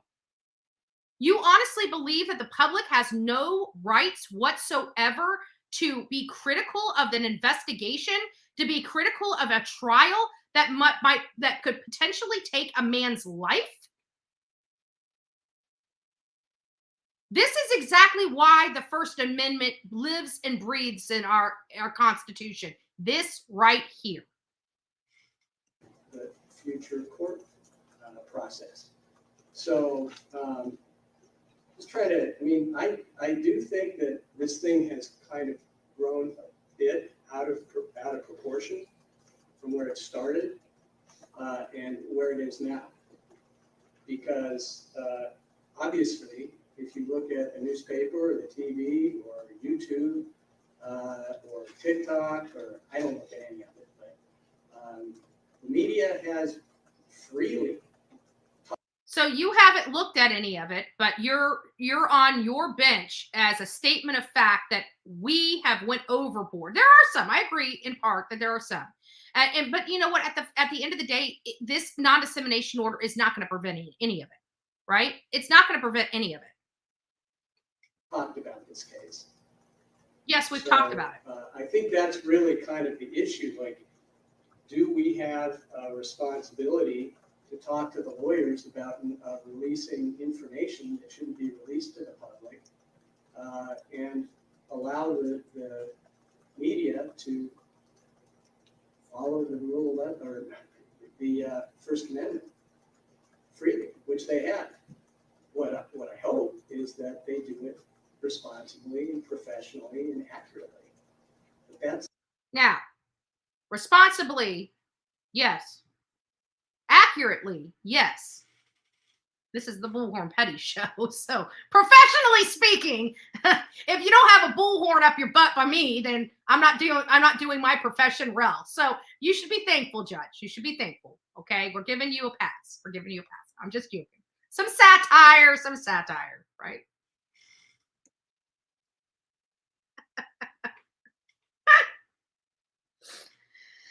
Oh Lord. That's really up to the media.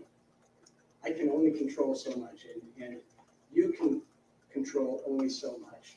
That is the most accurate statement I think that this judge has said. He can only control so much, but the problem is that's not what the non-dissemination order is doing.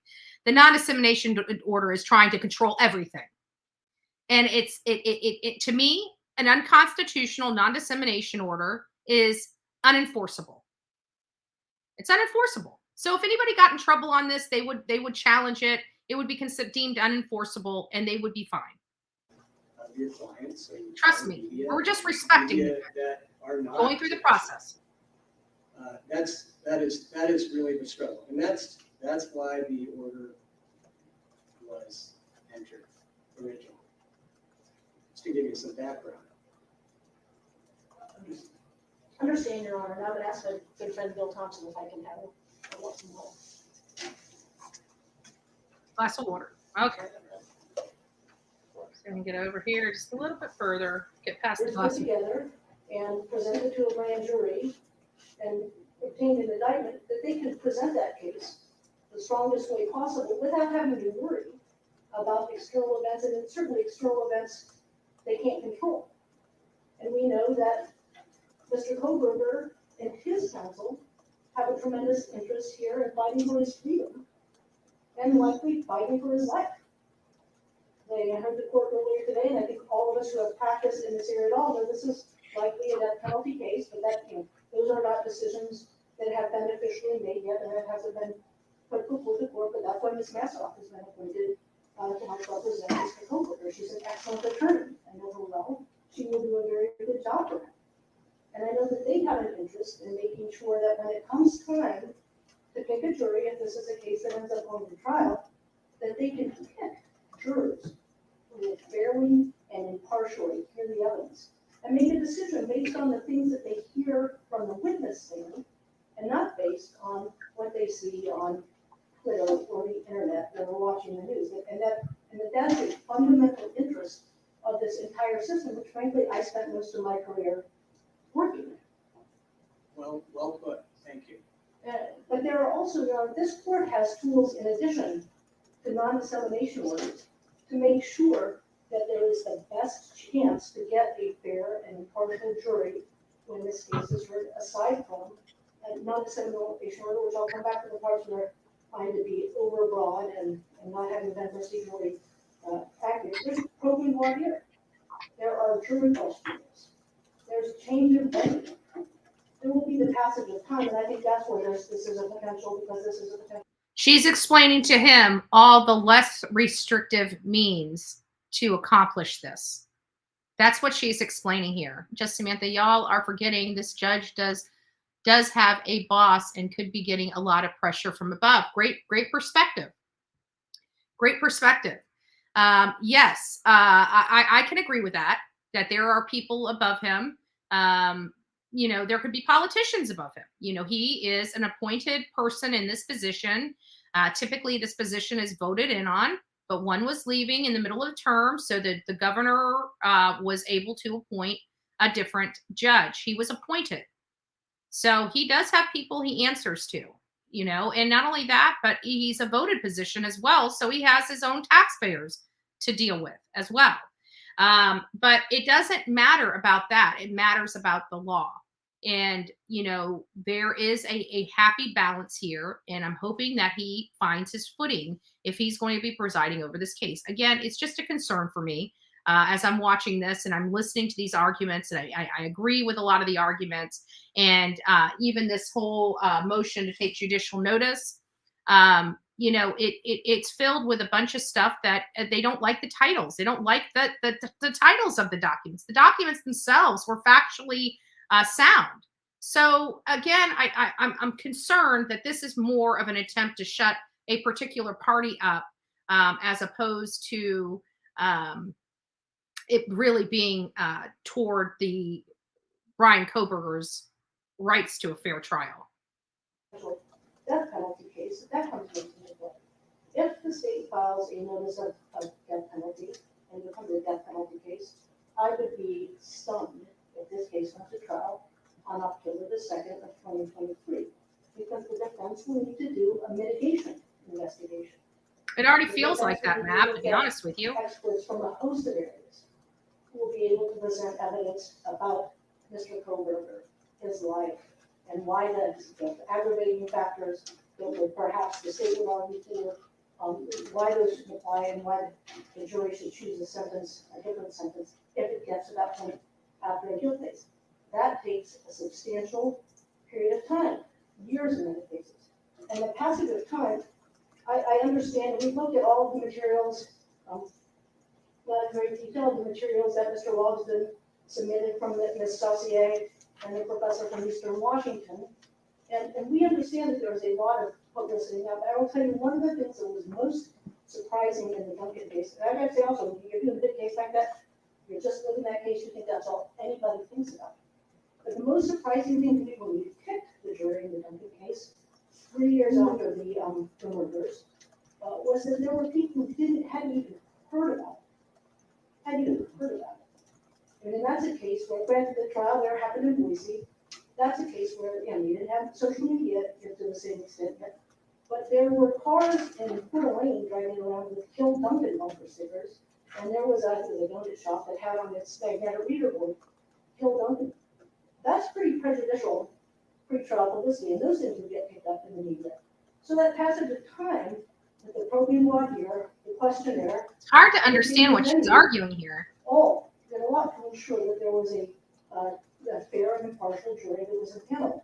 And so those tools we would submit are available to this court. Because in addition to the very important interests that Mr. Kohberger has, and the very important interests that the state has, and I think as Mr. Redley acknowledged this morning, the state also has an interest in ensuring there's a fair trial. The media does have an interest in enforcing or fulfilling the dictates of the First Amendment and the free press. And those are equally important principles, at least at the stage of beginning to weigh them, Your Honor.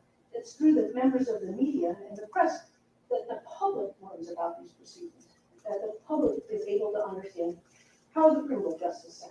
There it is. Because it's through the media that the public gets this information. That is the crux of this. It's because the media is what gets the information out to the public. You're not going to be able to control people's thoughts, opinions, perspectives. All you can control is the factual information. And so far, the factual information has been streaming out, and we have been telling it to our public. The problem is, if they stop that stream, what are we left with? We're left with a whole bunch of conjecture. And trust me, people are going to fill that time with conjecture. System functions, that the public is able to understand how the prosecutors perform, how the defense attorneys perform. That's how they learn about details of the investigation when they're released, either in the courtroom or released through the probable cause affidavit, so they can make their independent judgments on how is our system working, so they can be educated. Just as the court did this morning when it started the hearing this morning by pointing out or explaining why someone would come into court and not enter a plea when called upon to do so, then the court has to enter a plea for them.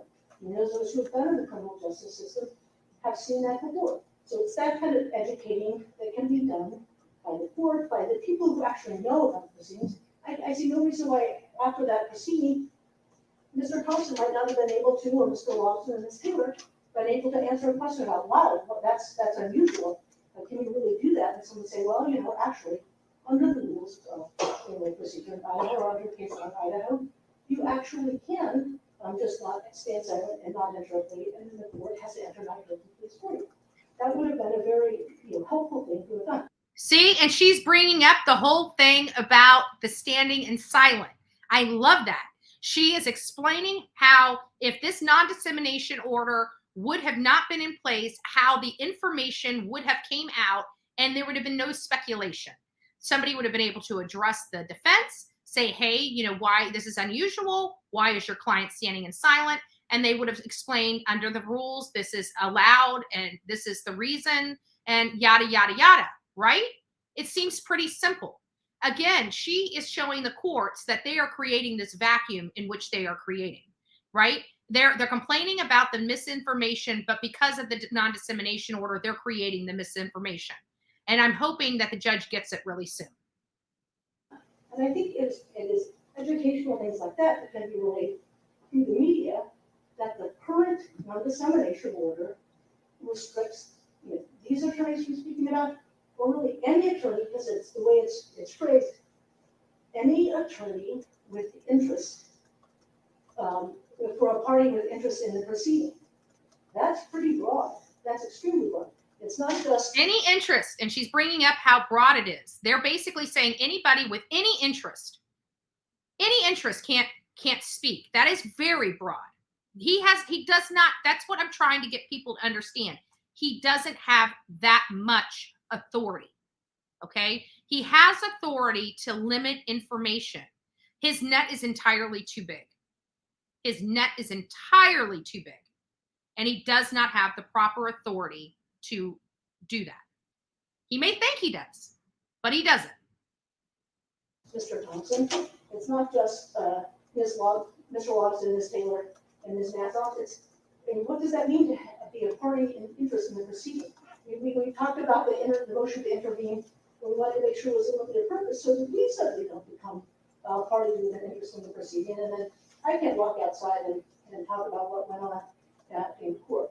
So Your Honor, what we're asking for is the court also to look at what is the First Amendment, what role does it play in the court's analysis? And how can it balance those First Amendment rights and use those other tools that are available to it, particularly at this stage of the proceeding, to ensure that the Sixth Amendment right is observed and that the First Amendment right is observed.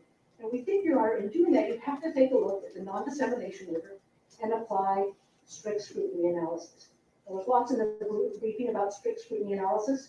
We think the court gets there through different ways. One, because we view this as a prior restraint. In order to have news or publication, you have to have not only print the information, but you have to be able to receive it. And if you can't receive it, you can't present it to the public. Is there law on that? There is, Your Honor. There is, Your Honor. It's in our briefing. And I would ask the court to take a look at pages 15 and 19. It's not in one of the big three Supreme Court cases we've all talked about. It comes primarily. That is a woman that knows her pleadings. When you can be in a court and say it's on page 15 and 19, that means you have a good understanding. And why do I point this out? Because the state attorney, the second chair state attorney, likes to read from papers. He's very green. He's not well rounded in his arguments. He's not. It seems like somebody else is taking care of his paperwork, and he's just there for a talking head. He doesn't seem very invested in the paperwork in which he's presenting to the court. He doesn't seem like he's flowing very well when he's speaking. And to me, if he acts like this during trial, it's going to be a distraction. You see all the other attorneys in this courtroom that appear to have their stuff together, that speak fluently, that are well versed in their own pleadings, whereas the second chair of the state is not. From the Young case, but that's where that comes from. There's nothing in those three Supreme Court cases that says that you don't apply strict. The audio is really, really bad, Sandra. It's not. This is the audio that is recorded. This is what's disseminated. This is not the Bullhorn Betty channel horrible audio. This is Court TV horrible audio. This is the way this is what we have. Scrutiny when it's a restraint on something other than the media, other than perhaps the Gentile case where it says they're talking about the lawyers, and it says that you still have to be able to show that it's prejudicial publicity. And then you have to have a narrowly. You have to show it's prejudicial publicity. Everything that we've read in that motion for to take judicial notice of press coverage, none of that was prejudicial to Bryan Kohberger. None of it. It was talking about all the information that was factually provided to us either by law enforcement or the court's own docket. None of that was misstated, misrepresented, and people are allowed to put their opinions on paper. If they feel something, they're just like when I say, this attorney, the second chair, he doesn't seem like he seems green to me. I'm allowed to make that opinion. I'm allowed to have that opinion. This judge can't take that from me. This judge can't take that from anybody. I'm allowed to have that. I live in America. Tailored tool that's designed to restrict it. In order, regardless of what the test is, there has to be prejudicial pretrial publicity. Publicity that could prejudice Mr. Kohberger's right to a fair trial. So publicity generally, and I think this is when Mr. Lawson submits and associates information, there's no reason to think that publicity generally is prejudicial. It's a publicity about the case, and it allows people to hear about the case. But some of the things people are hearing about the case may not be all that flattering for the state. It may be not prejudicial to Mr. Kohberger. It may suggest things about the investigation and how it was done. So publicity in and of itself is not prejudicial. And that's why I think when we get to what is out there, that courts typically rely on first blush is Idaho Rule of Professional Conduct 3.6. And those 9 items of what attorneys or parties in the litigation may not comment on. those are rules that are vetted, and they're the same as the ABA rules and the basic rules that every lawyer has to follow about. You can't, if you're a prosecutor, you don't get to walk out of the courtroom and say, well, in this case, we've got the guy, because X, Y, Z, whatever. And if you're, you just can't do that under the rules of professional conduct. And there's no reason to think any of these lawyers, who all are fine officers of the court, are going to ignore their obligations under Rule 3.6. I understand their desire and their interest in having something more prophylactic so that they can operate in a way that doesn't, so they frankly just don't have to worry about that. But it's our position that the First Amendment requires more and much more, and requires a narrow tailoring. And that when you have a non-dissemination order that starts out and says all extrajudicial judicial statements, it cannot be made. And I can fix that, can't I? Sure. I mean, so if I just, and I kind of raised this morning too, that if I am more specific about who is touched by this order and what can people say and what can't they say, then that would help your concerns, wouldn't it? It would, Your Honor. And I'm acknowledging this because your motion is to completely vacate it. Absolutely, Your Honor. And the reason it's to completely vacate it is because we don't feel it's narrowly tailored. And so a overbroad, non-narrowly tailored order and I respect what the court said about procedurally how it came into place. That might be one where we just have to agree to disagree. But it's our position that such an order should not be in place. If the court then wants to enter another order, then it has to do something that is designed to address or limit substantially prejudicial, material prejudicial pretrial publicity and make sure that it's narrowly tailored.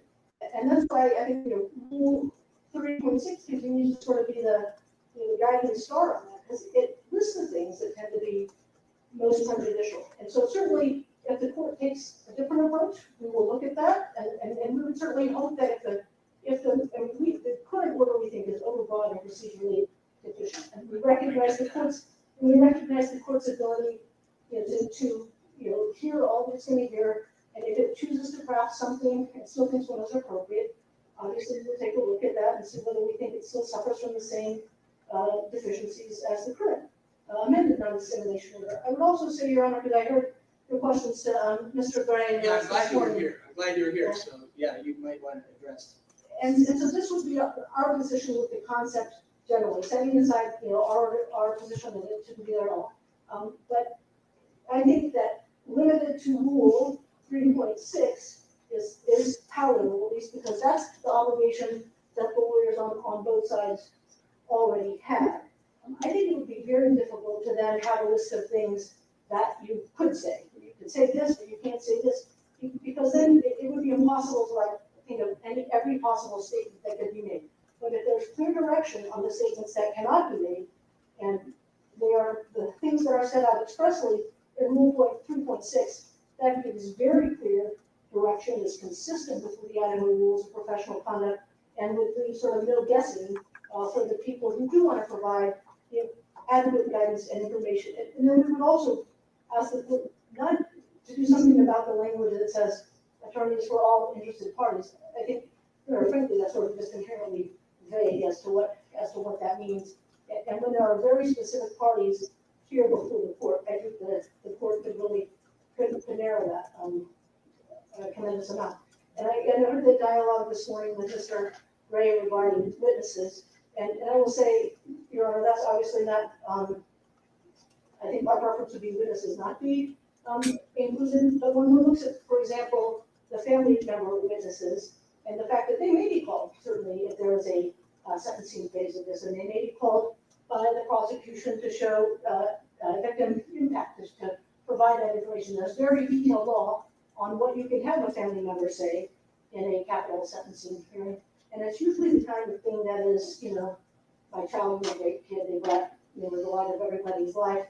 Here's a video of them dancing at their, 5th grade Christmas program. And that sort of thing. It's not details about the case. So we those reasons, we would think something that restricts witnesses who are not going to be fact witnesses in the guilt phase, we think that would certainly be overbroad as well.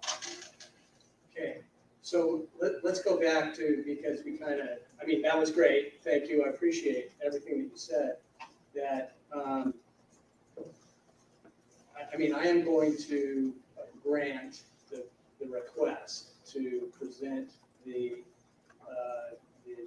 evidence, or I don't know, just the submissions, we'll just say, and take judicial notice of that and allow for the testimony.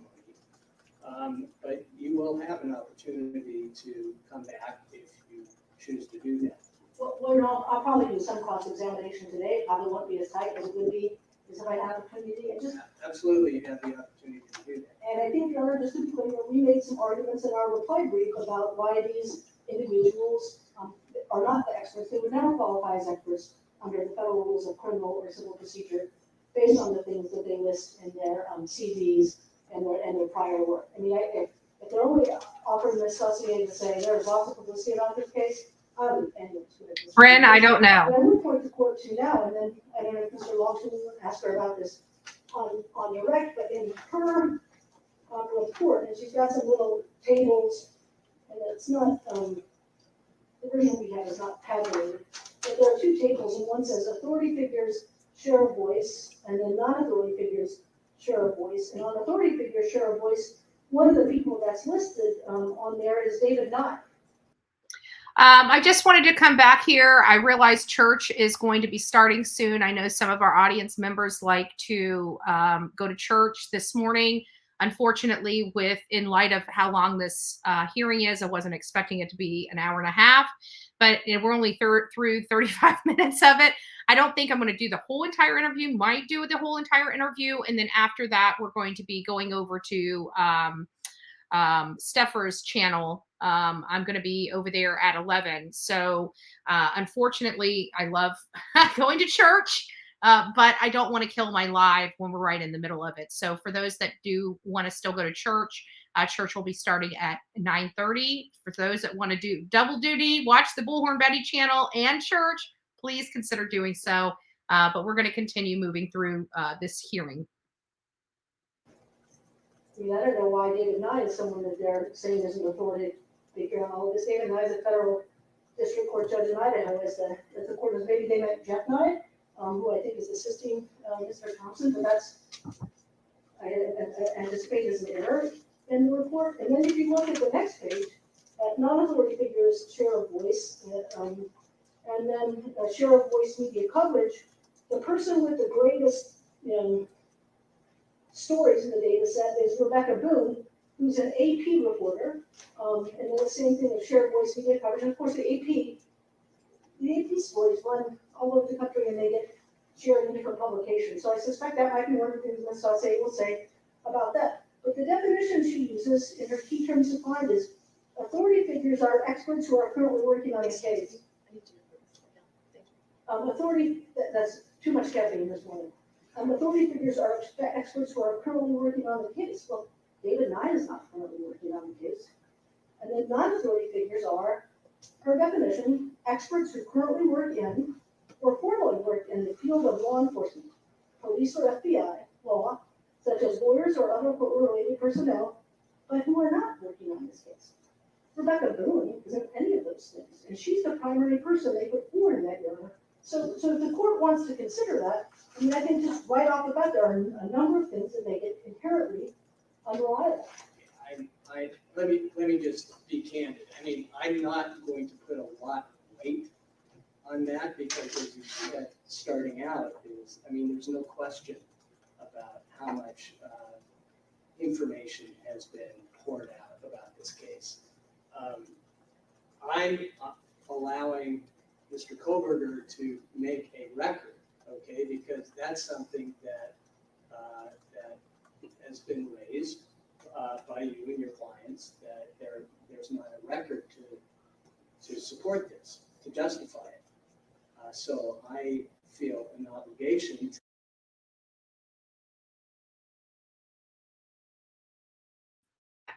There you have it, guys. He's making the record for the defense because There's no record as to why this non-dissemination order is in place to begin with. The judge just said that. So they're making a record. So they have a reasoning to put this in place. Okay. To let everybody weigh in with what they think justifies an order. And I don't disagree with what you're saying about narrowing or being more specific. One of the questions I heard you talk about prophylactic, and I think that's an interesting question when you talk about other options to deal with a fair trial. Going to another venue, for example, or Sequestering.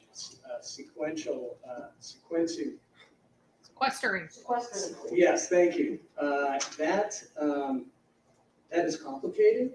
It's expensive. It's time consuming. And we understand that. But that's what the courts have deemed less restrictive, Your Honor. We understand it costs time. We understand it's more money. We understand these things.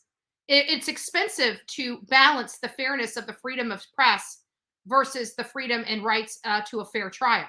But these are what tools we have at our disposal to be able to get this. This is what the Supreme Court has referred to as less restrictive. And as a matter of fact, even so much so as to put that in their published opinion, sir, Your Honor. So if we can be prophylactic about it by limiting, what lawyers who have a different standard, lawyers who are actually directly involved in the case have more credence, in the public, and that's a reason to restrict that. And that's why I don't like the term gag order, because nobody's really gagging about it, These are lawyers who already are restrained by ethics and professionalism. So that's really what we're talking about, to kind of do what we can, even though I don't even think the media can really control all the information that's going out there every minute, right at this moment. And so, Your Honor, you're missing the boat. You're not going to control it. You're not going to control it. You can't. That's why they prescribe limited non-dissemination orders that are narrowly drawn, because you're not the media police. That's not your job. If things go overboard, there's a prescription for that. It's called civil action.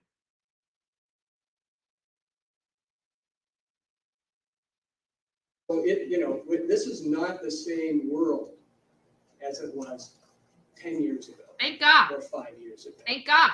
And it is troubling for the media. I should be careful what I say, because I don't necessarily like the new world. Hardworking media and the information that's swirling around in the world. I don't know what the answer is, but it's a serious threat to a fair trial and the credibility of media. It's just a side speech.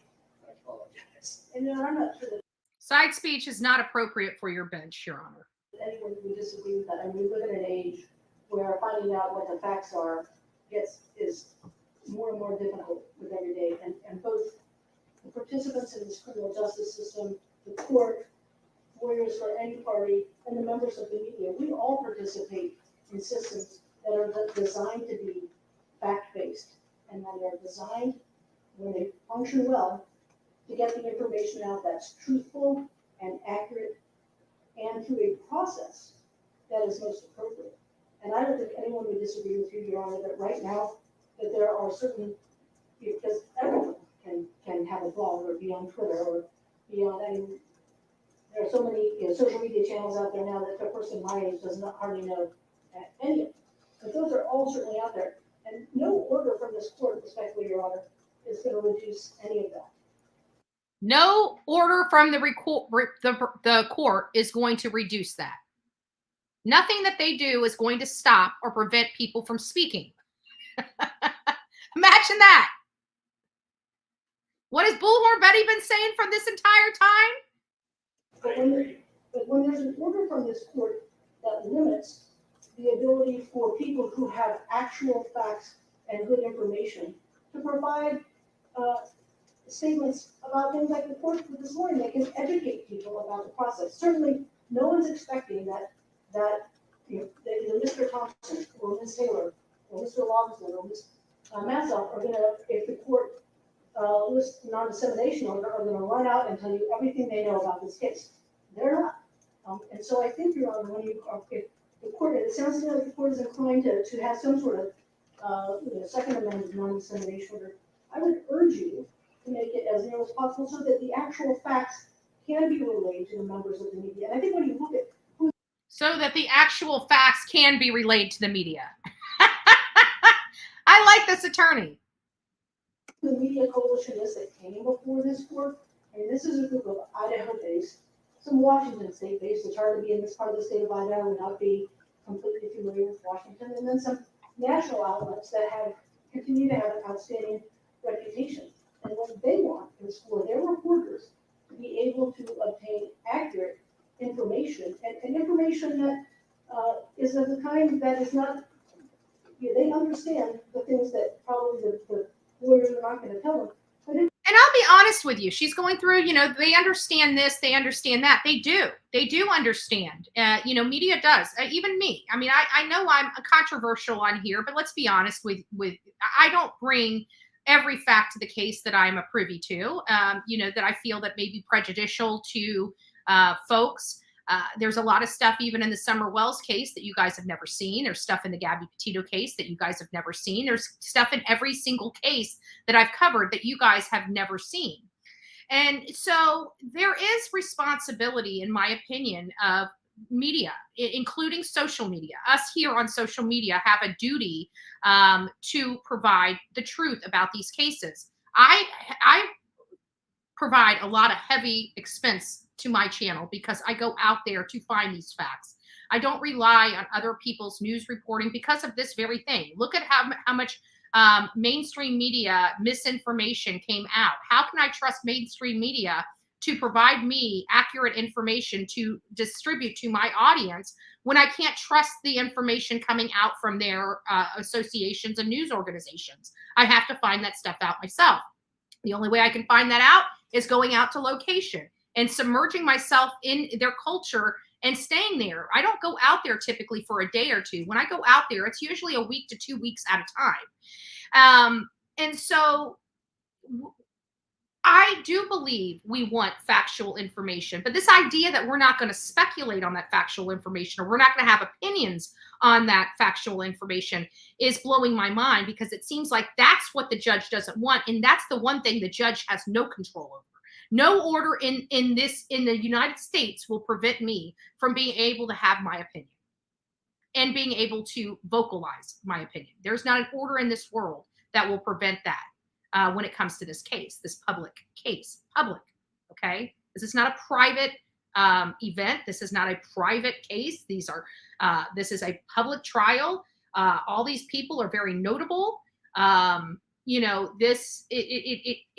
going to prevent me. You're not going to prevent people like me. You're not going to prevent people like Dateline, Court TV, Law. You're not going to prevent them, and you're not going to prevent them from getting experts to come on and dissect things that are going on. That is going to continue to happen. It's happened for many years. It's going to continue to happen into perpetuity.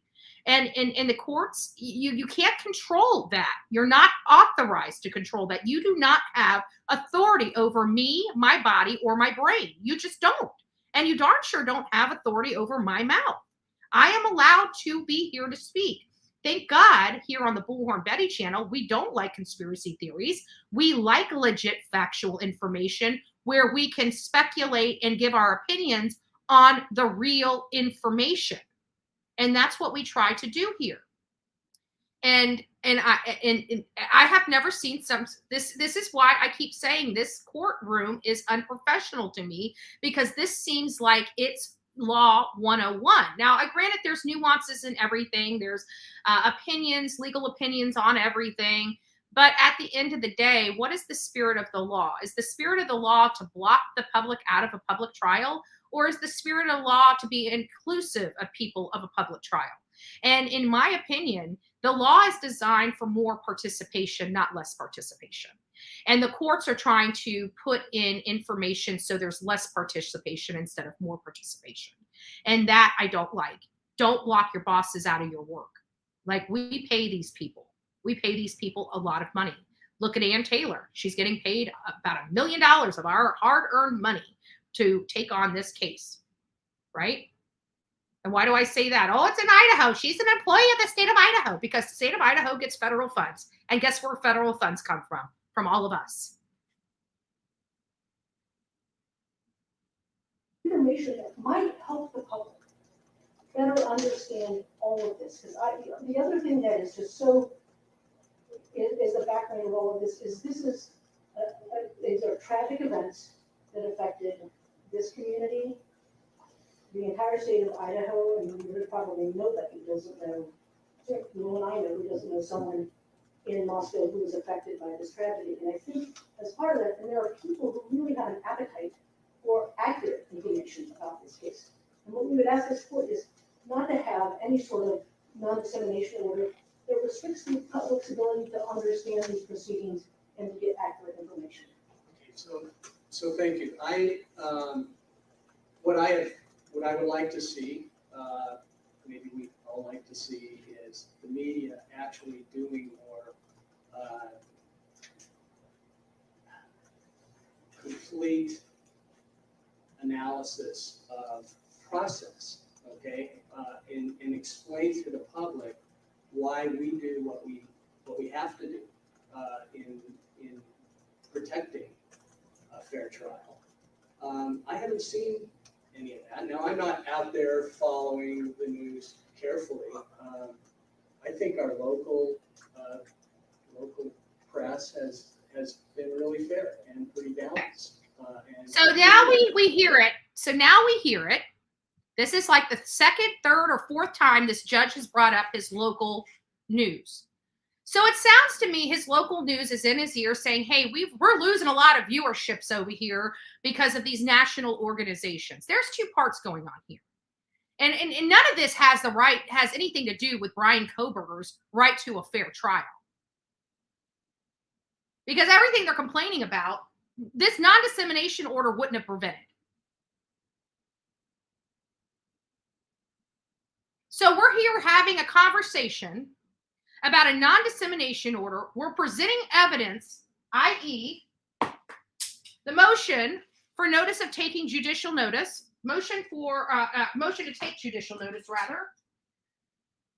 Nothing in there would have been prevented from being released under this non-dissemination order, and obviously didn't prevent it from being released because it was released under the non-dissemination order. So why are we here? And why are we presenting evidence that's moot to the facts of the case? If this motion to take judicial notice of press coverage, if his non-dissemination order didn't prevent it from coming out in the first place, what makes him think it's going to prevent further and future articles from coming out? It's not. He's admitted himself he's not going to be able to stop the funnel. The Supreme Court has already ruled that he has to narrowly draw this, so he's not going to be able to make it as so encompassing as it is today. So we're going to be seeing a much less restrictive non-dissemination order coming in. He's going to try to say, oh, you can say this and you can't say that, which is a violation of the First Amendment. So I think that would be very bad for him to do. And it would almost bolster the media coalition's Supreme Court hearing if they choose to go that route, which it sounds like they're ready to play ball at this point. And it sounds like they got enough coalition leaders in there that have bigger pockets that they can go ahead and challenge this court, and they are going to do just that. They're not going to sit back like they did on the Lori Vallow Daybell. They lost lots and lots of money of coverage on the Lori Vallow Daybell, and not only that, but they had a right to be there. and they were blocked from doing so. And they were blocked from being able to do their job because these judges in the state of Idaho that do not want to follow their own laws. And they're wanting to find any kind of loophole to prevent the media. You're not going to be able to prevent it. This fighting and stuff is not going to prevent the media from being there. They're going to be there. I'm going to be there. You're not going to block me. If I've got to be in the overflow room, I got to be in the overflow room. You got to remember, I'm a Trump rally first, front row Joe here. I know how to sit in line for hours on end to be the first person in the front line, So you got a professional here about lines, okay? I know how to do the line thing, okay? I know how to be one of the first people inside that courtroom, okay? Believe me, I've got years of practice, years. So let's get this idea that Bullhorn Betty's not going to be inside that courtroom. Bullhorn Betty will be inside that courtroom, okay? I won't be in the overflow. If I choose to be in the overflow, I choose to be in the overflow. But my butt will be in that courtroom. And I guarantee I'll be one of the first 5 people that walk in. You're talking about a professional here that knows how to stand in line and knows how to be the first in line. So I don't know what to tell you. We will be there. We will be there. None of this is going to matter to us. And this judge is not going to push people out of a public trial. They're just not going to happen. I'll be prepared if it does. Right? I'll be prepared if it does. I'll take that media badge right off in a quickness and put my personal hat on and go out and do my other job. They are talking about some of the details and explaining kind of why things are happening. It would be nice to see more of that instead of the sensationalizing that we are seeing in the national media. So yeah, and there it is, the national media. So you want to promote your local media. You want to diss the national media, which owns most of your local media stations, by the way, Your Honor. So let's bash the national media and let's hope they don't drag your butt to the Supreme Court. Okay. Love it. Love it. I love your strategy here. I don't know what kind of strategy you're using, but okay. I mean, when I ask questions like this, I'm testing my thoughts about where we might end up. So I don't know if you want to address anything else about the evidence or further your argument. I kind of interrupted you there. I think we made it all the way through the things that I had planned just to tell the court about the standard it should use to analyze this, the reasons it should vacate the current non-dissemination order, and then our thoughts on if the court is inclined to look at a different measure to ensure a fair trial, that it use some of those tools that are available to it other than a non-dissemination order, particularly when realistically the trial in this case is probably at least 2 years out because of all the things that the defense will have to do if this is a capital case, and they'll do it well. And you don't do that in I'm bad at math, 4 months. That remains to be seen. I understand. I understand what you're saying Yeah. too. So, and you're sticking to strict scrutiny. Yes, Your Honor. I think for 2 reasons, Your Honor. The first is that because we view it as a prior restraint, and because in order to both, it has to be, in order to report information, you have to be able to gather information. I would direct the court to page 15 of our brief for that. And then separately, Your Honor, when the court is balancing 2 competing constitutional rights, we would submit that the court has to apply strict scrutiny, and I think that's on page 19 of our brief, Your Honor. And then finally, I would say, Mr. Wallerson submitted a bunch of materials to the court. If the court's inclination is to sort of give them the weight they deserve, I'm not sure I'll spend a lot more time on it, other than I wanted to point out those 2 quick errors that I was able to find in Ms. Salcier's tables. But we submitted declarations from reporters who I think their experiences illustrate sort of what happens when you have an overall non-dissemination order like this, where people who really are not involved in the proceedings, people who are being asked about topics that aren't really directly related to the facts of the case. They're cited in the non-dissemination order for reasons they can't talk to the media. And that just, I think, sort of reinforces why you're going to get the things that we see on social media and the internet and the things that the court has expressed concern about. Well, let's just, I mean, one of the problems there is, I think that a lot of the media were suggesting that the order was much broader than it actually was.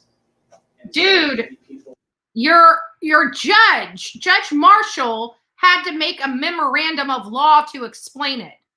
That in and of itself should explain that the order was garbage. When you have to, I have never, it's very rare. I shouldn't say I've never, I have seen it. It's very rare I've seen an order that accompanies a memorandum of law for a non-dissemination order. I'm sorry.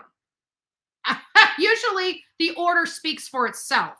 When you have to have a memorandum of law to accompany a non-dissemination order, that in and of itself should identify that it's not narrowly drawn and overly broad and vague.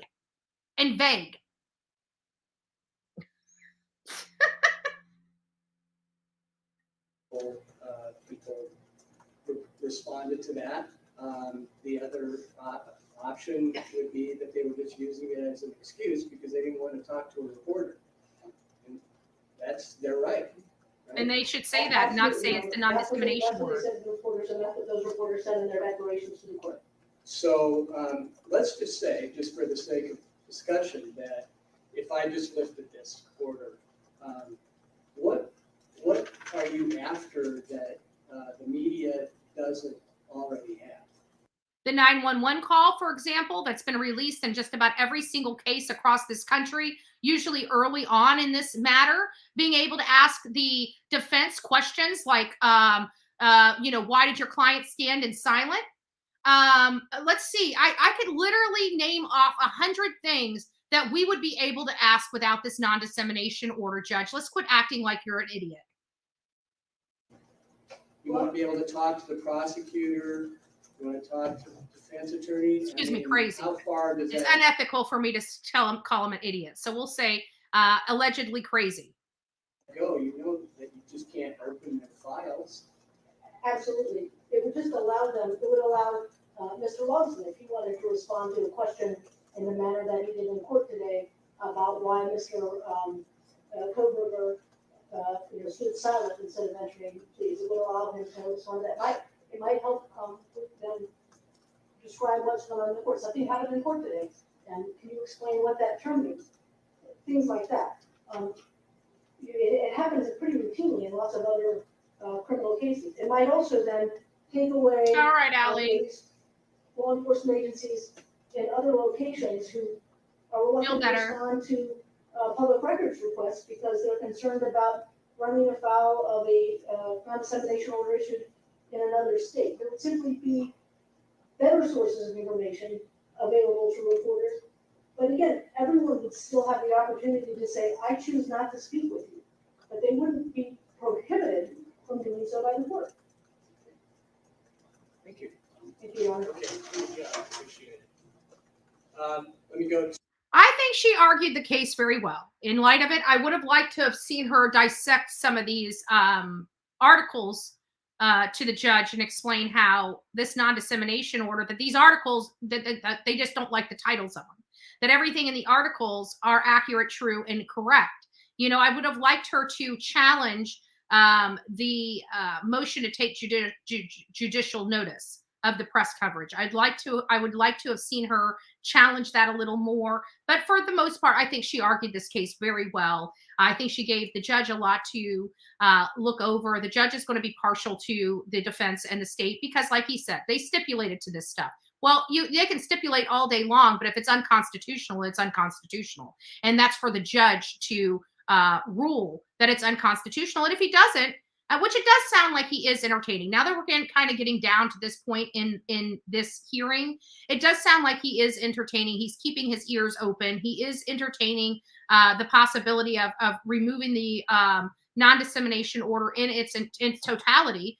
And I think that really is the best strategy forward, because we're so far in this case now. It's going to be hard to say that information about the case that's going to be ultimately in the trial is it just doesn't make sense. I think everybody is aware of their ethical obligations.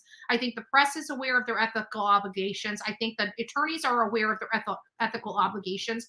And for me, you know, even though I know attorneys or police chiefs can't ask certain or can't answer certain questions, we still as media are required to ask. We're not required, so to speak, by some rule, but we're required to ask those questions, even though we know we can't respond on it. We need them to say we can't respond on it and why. Sometimes that in and of itself is part of the question, just for them to say, I can't,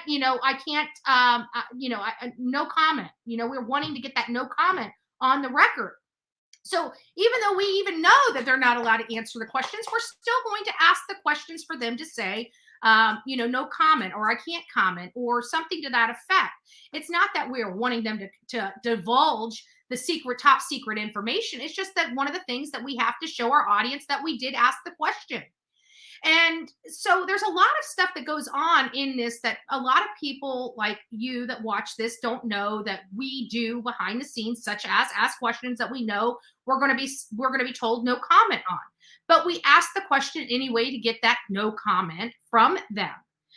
So there's a lot that goes into this, a lot more than many people understand or think. You know, this is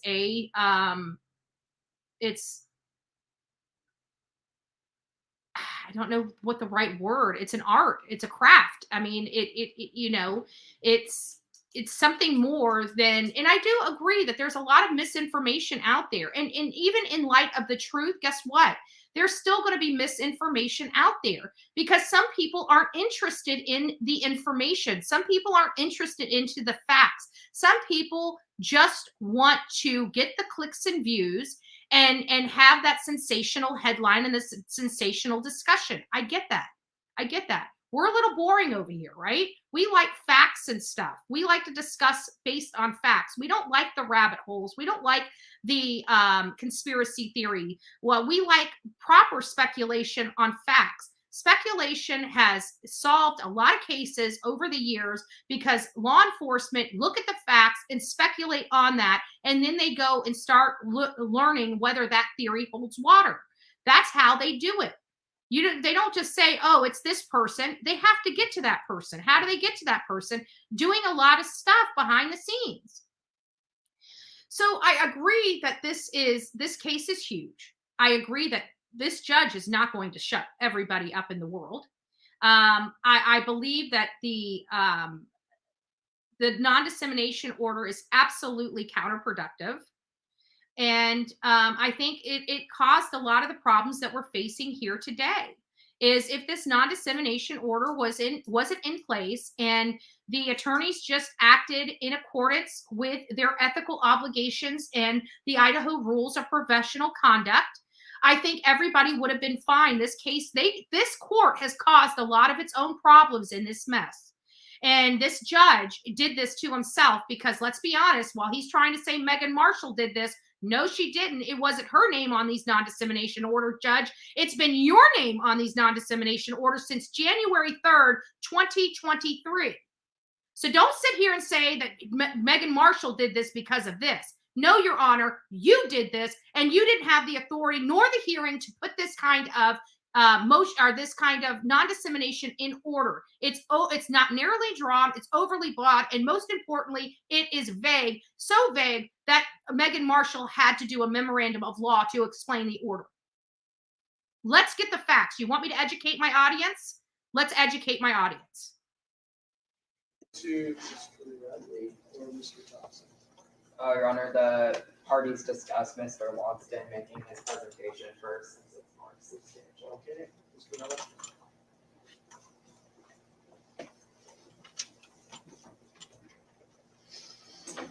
Good morning, hindsight.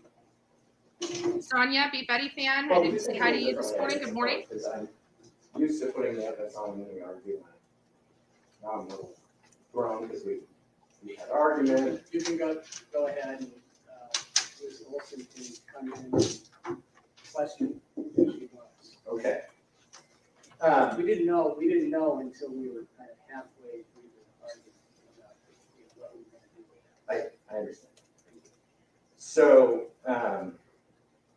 hey, I'd like to start by moving the court to take judicial notice of the press materials that we provided and essentially have the court acknowledge that it has the power to take judicial notice of the press coverage in this.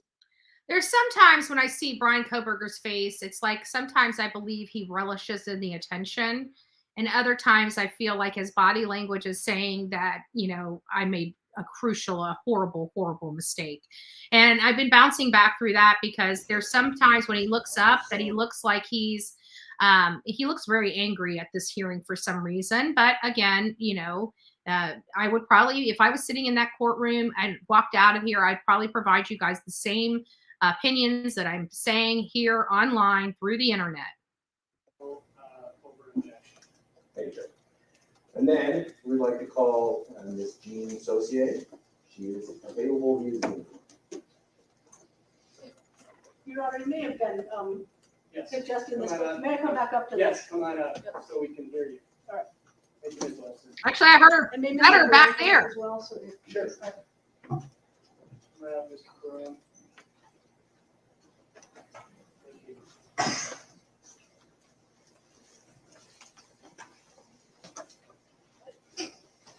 Okay, so,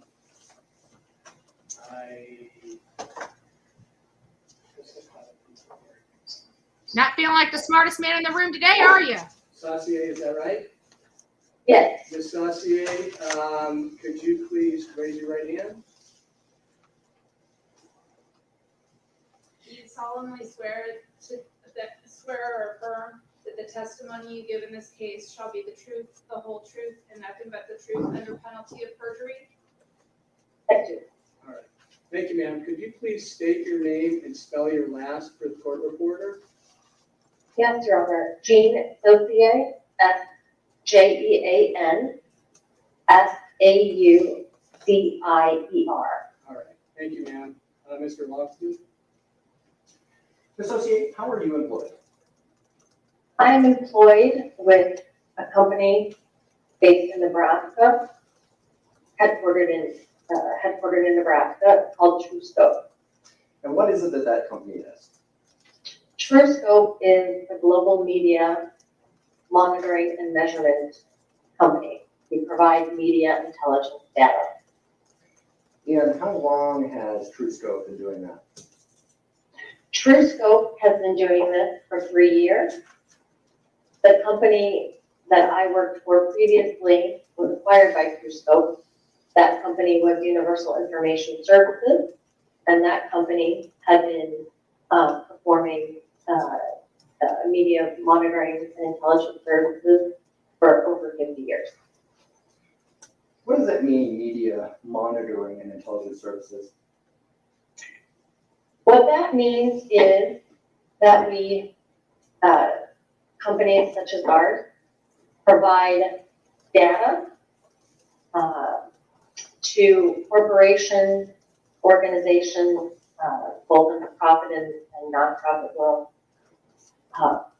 to show what's being written about or talked about or communicated about their company or other types of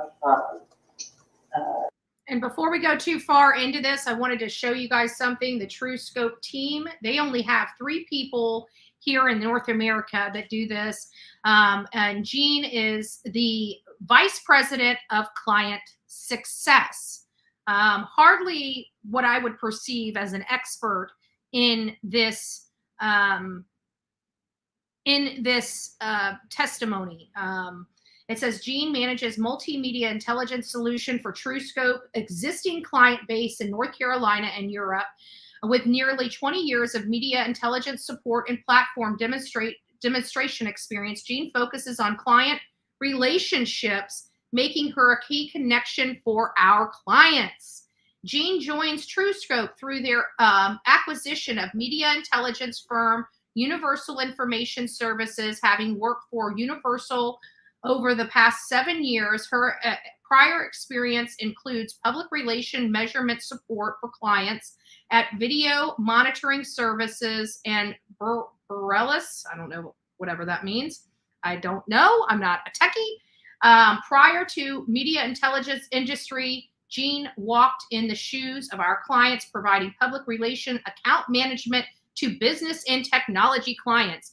Not appearing to be someone that is an expert in a murder trial or a psychologist in how people retain information and information like that. So I just wanted to make sure that my audience, is educated on true facts related to this particular case, because, that is what is now being required by our attorney to make sure, or by the judge, is to make sure that we are well informed on here, and that I now am becoming a teacher to teach you guys about the law according to the Idaho judge.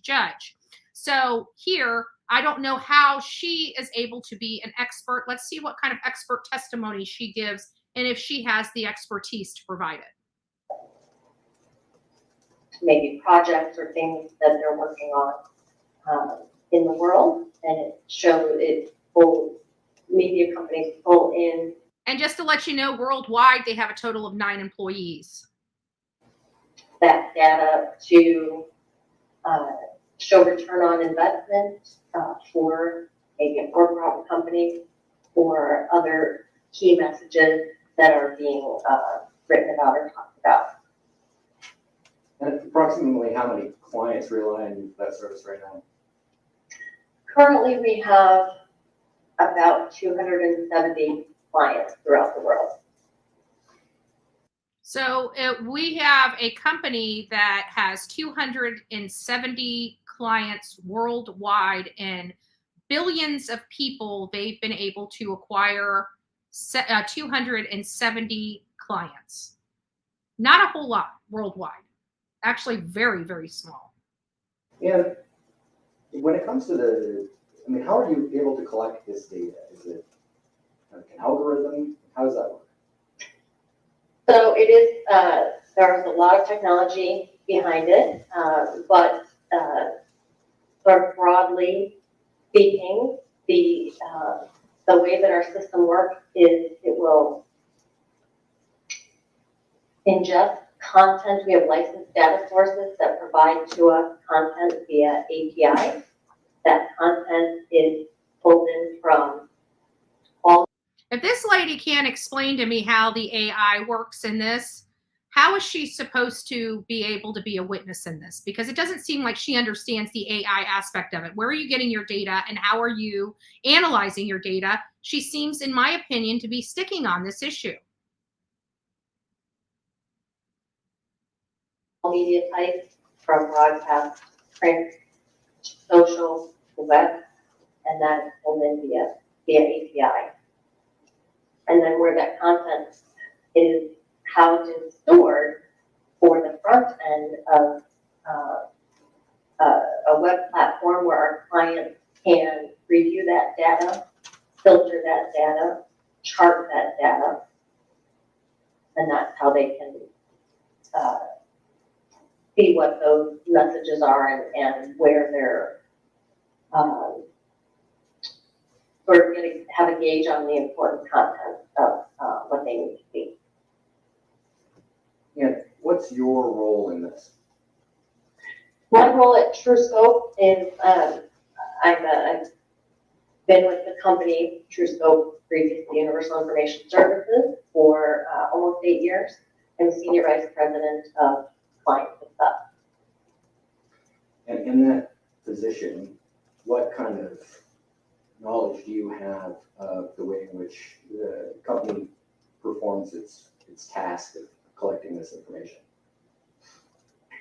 So I am very involved in the customer support, training, onboarding. So how does this make her an expert testimony about this case? We're getting there. It's getting slow. It's slow getting there, but we're getting there.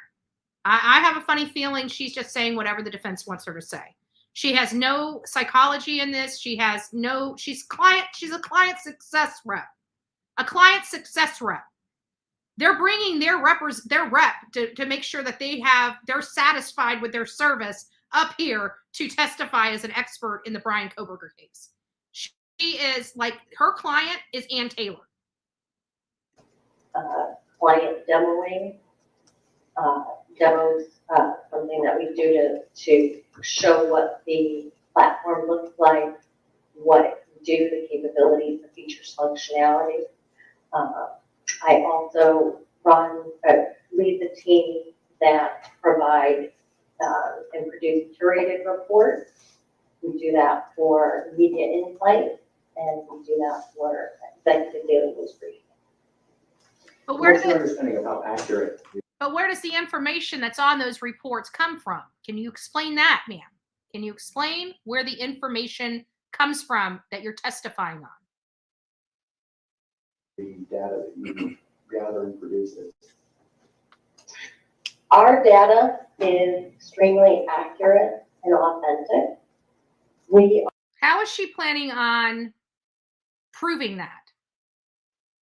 You see, this is not about somebody making statements. Every statement that they make, they have to produce, they have to prove. She's an expert. Where's her expert? We'll get there, I guess. Are not, our clients rely on us and have relied on us for a long period of time to have data that's coming from licensed sources, the top data sources that are able to provide that data. And I'm not a developer, so I can't speak to the technical details of. That's the stuff. Why is the developer not at this hearing? It is discussing how they get the information, how they're going to be providing this report to say that this stuff is prejudicial to Bryan Kohberger. Why is the developer not there? Why is a customer service relationship gal there? That's my question, my first question. And this should be everybody's question. Why is she here and not the people with the answers? The ingestion, but our data and the algorithms that we use to process that data is extremely accurate. Is your company a member of any associations? Is there anybody that makes sure that you're following whatever kind of rules you have to abide by to make sure that you're providing accurate data? Absolutely. We are a member of the International Association of Measurement and Evaluation. That's the leading global, it's called AMIC, and that's the global organization that oversees evaluation and measurement. We also are members of CBES, which is the World Media Intelligence Congress. The president of our North American company, Todd Murphy, is an executive on the executive board, and he is a VP of PBES at Congress. Do you know if you have any kind of margin of error for what you guys produce? The margin of error for media monitoring is really very low, and that is any margin of error would be as a result of what was published. If something was published inaccurately, we would have that same margin of error. So you don't get wrong whether or not something was published. So she's saying that there's a margin of error. So basically it's the uploader. If we tag something wrong, it's going to be in the margin of error. And how many times have we seen things tagged wrong all over the internet? So she's saying their margin of error is low. And if you're taking into unprofessional social media content creators, doing this stuff, then you're going to have a lot of bad stuff pouring in there just by per statement. Published. I'm sorry, can you repeat that? The fact that something was published and is related to your client's request, you're 100% certain that it's always going to be like a story related to that? Yes, based on keywords and parameters that we utilize from the client to pull that data. Nice.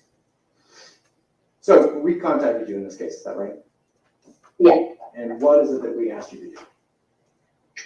You asked us to begin to monitor content for all media types about kids. Yeah, how did we set that up? So we set up the workspace or the platform, as it's called, and the report. We do that internally with our team of experts.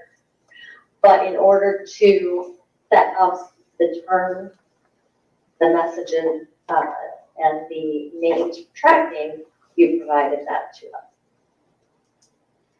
And as a result of that, did you create some, I don't know what we're going to call them, graphs for the court today? Yes, we did. And is that what we have labeled as Exhibit A? Yes.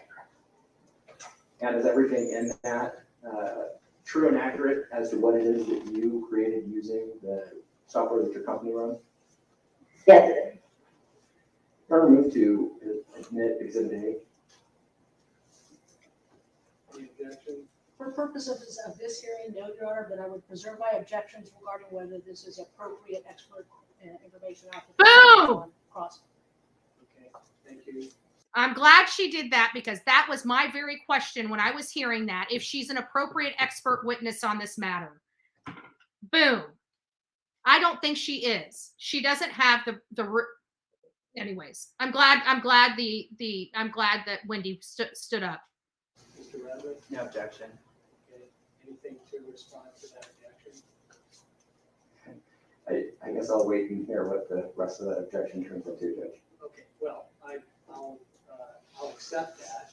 But I'll admit this for purposes now, the limited purpose that Ms. Olson has described.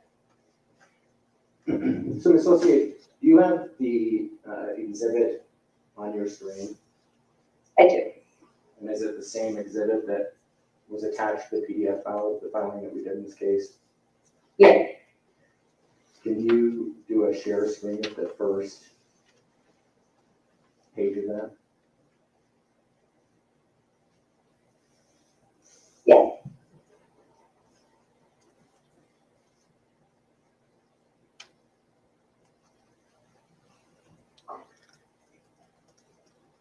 So this is the first page that we see after the big exhibit A that I put on the front of it, is that correct? That's correct. And what is it that we see in this, I guess we call it a slide? This is a report that we exported from the TrueScope platform on June 6th, containing data from November 13th, 22 through June 6th, 23. It contains volume, potential impressions, unique authors, metrics over time, key phrases in that particular data set, how people mentioned in that data set, organizations mentioned in that data set, location, and media. Can you go to the next page? Yes. And what do we see here? This is an aggregate total of volume, potential impressions, and unique authors between the dates of November 13th of 2022 and 6th of June 2023. What does total volume mean? I'm sorry, can you repeat that? I'm a little muffled. What does total volume mean? Total volume. So there, I could tell you here, she's going to explain this here, but we have total volume of, and this is for the entirety of November 13th, 2022 to June 6, 2023, and their total volume is only 46,000. That, in that period of time, you're talking about billions and billions of posts, okay? Literally billions of posts, and you've got 46,000. You only have 4.2 thousand unique users. So you have 4,000 in the entire world. We have millions of people here in the United States, and there's only 4.2 thousand users. I mean, let's break this down. They look big. And total potential impressions.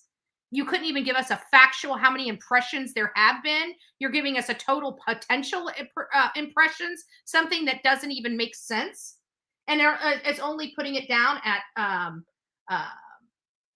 and it's saying 535 for the previous period. So they're trying to say 2.1 billion people, but only 535,000 for the previous impression period. So I don't know. I don't like this. This seems like a bunch of large numbers to scare people, but when you break it down, it's really small. Volume is an aggregate total of the volume of media coverage for that time period. So that's every media for every type that we're tracking. And then what are potential impressions?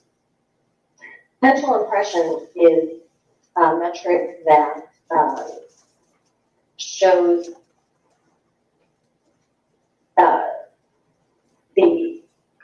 it takes into consideration circulation to show. Doesn't sound like she knows what she's talking about. Readership might be, what the potential total readership might be.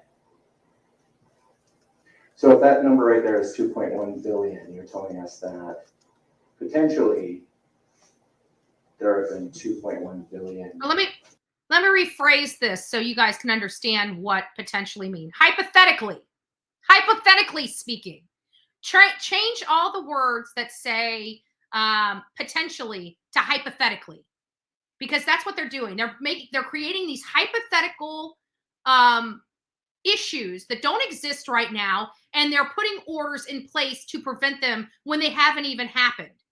You can't do that. Hypothetical readings. Correct. I think we can. Hypothetically, when you have 2.1 billion news organizations, hypothetically, you're going to have some bad newsworthy articles, hypothetically speaking. Probably guess the unique authors, I take it, is just how many different people have written about this. Correct. Can we go on to the next page, please? Yes. What do we see here? This is metrics of time between the 6th of November and the 6th of June 2023, November 2022, the 6th of June 2023. And this is a chart looking at volume, potential impressions, and social engagement. Social engagement refers to how widespread social shares are. So engagement, shares, likes, etc.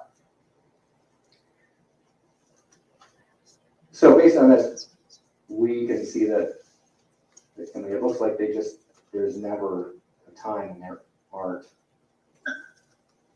publications of some kind coming out about this case. That's correct. Yeah. Why does the potential This whole thing is it just seems like they're trying to prove to the judge that the media is talking about this case. Yes, the media is talking about this case. Yes, the media is going to continue to talk about this case. And guess what? They're going to continue to talk about this case even after the trial ends. You're not going to prevent freedom of speech in this country. impressions bump go way up back in January and has completely fallen off even as the volume and social engagement go up? The potential impression typically is going to rise if there has been some significant event on a particular day or in a particular time period. Okay, but why is it precipitously dropped even as all these stories are coming out?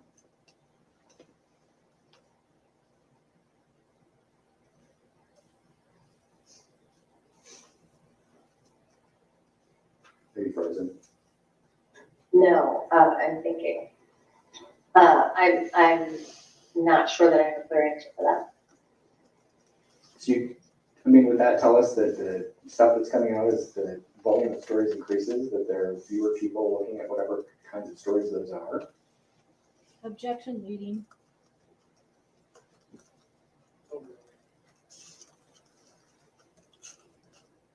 I'm sorry, Your Honor, can you repeat that?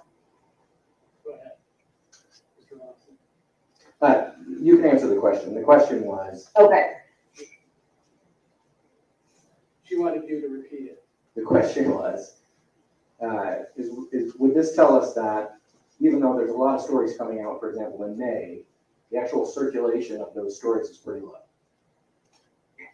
yes, that would be accurate. Okay. Can we go to the next page?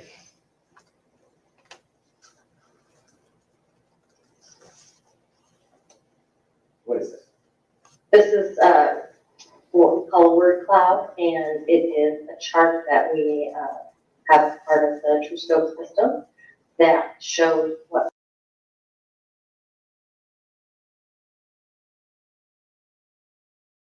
So this design, Sonia, I'm pretty sure you could put something like this together, right? So they have a chart of key phrases. Okay. Some of the key phrases are in any data set with any particular date range. In this case, November 13th through November 13th, 2022 through June 6th, 2023. And what it's showing is what some of the keywords, key phrases that are organically pulled into the data set based on the parameters set up. The larger wording means that there are more, the volume is higher for the larger the words are. You go to the next page.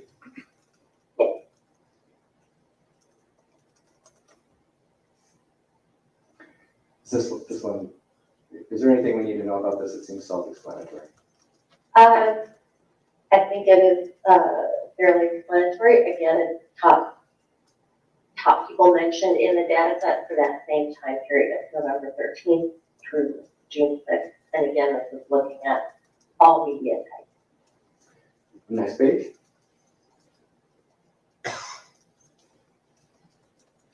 This is top organizations, same rules apply with within that time period, the parameters that we have set up. These are the top organizations or companies that are listed. And the next page. And how does this have And anything same to thing do here, with top locations in the non-dissemination? data set between the 13th of November of 22. This is what I have a problem with. What does this have to do with the non-dissemination order? When are they going to make the leap from people are talking about the case to people are preventing him from having a fair trial?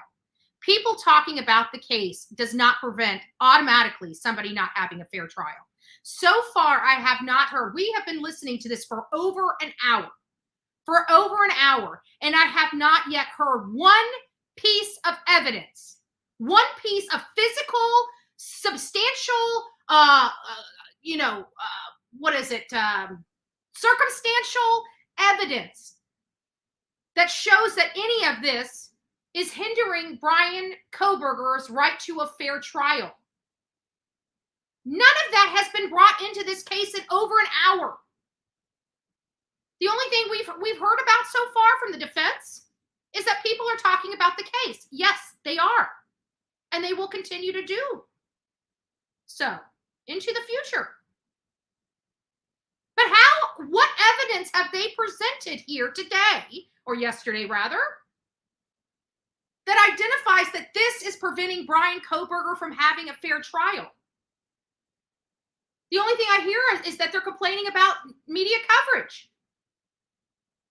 They haven't even really presented anything to the media showing, or to the judge showing that the media is inaccurate in their reporting. Only verbally have they said that. They haven't produced one piece of evidence that shows the specific misinformation that is preventing Bryan Kohberger from having a fair trial. None of that has been presented in this hearing. This is a bitch session about the media and the fact that the media is talking about this case. Yes, they are. But where's the evidence? Where is the evidence that Bryan Kohberger is being prejudiced by this? Where is the evidence that Bryan Kohberger will not receive a fair trial because of the coverage? Where is that evidence? All that we have been presented so far today is that there's coverage. Yes, there is. I didn't need a judge to show me that. I didn't need the state to tell me that. But how is it? This is the problem. How is it prejudicial? You can't say because, oh, maybe, potentially, right? That's why we can't bring in, polygraph tests and body language experts because you can't prove it. So why are we here with this? What information have they produced other than conjecture that this may have some unintended consequences? You can't put not a blanket non-dissemination order over a case because of something that might happen that hasn't happened, that has no information to show it has happened yet. This idea that the media can't talk about a public trial is ludicrous. The fact that we're even here, to me, is ludicrous. Make it make sense. That's all I ask. Make it make sense. So June 2023. And the next page. And this is a media type breakdown in the pie chart format between the 13th of November 2022 and June 2023. And it's just showing the percentages of content within each media type. And the next page.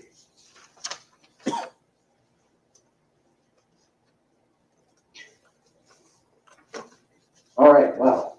So this is the one that everybody wants to talk about. Can you give us an understanding of what it is that we're looking at here? Yeah, this is a chart that our media insights team created based on the content that we exported from the TrueScope platform into a Excel file, PDF, and then charted it on the graph, and it is showing the content for each authority figure. And I agree, just Samantha. In the eyes of mainstream media, he's guilty, and that's why that's what they portray. Should use the part where they call him a cannibal because he didn't want to use Pot's meat that was cooked in. But see, that the problem is, Samantha, that's their right. They're allowed. That's the part of the freedom of speech. They're allowed to have opinions. I think that's the disconnect here.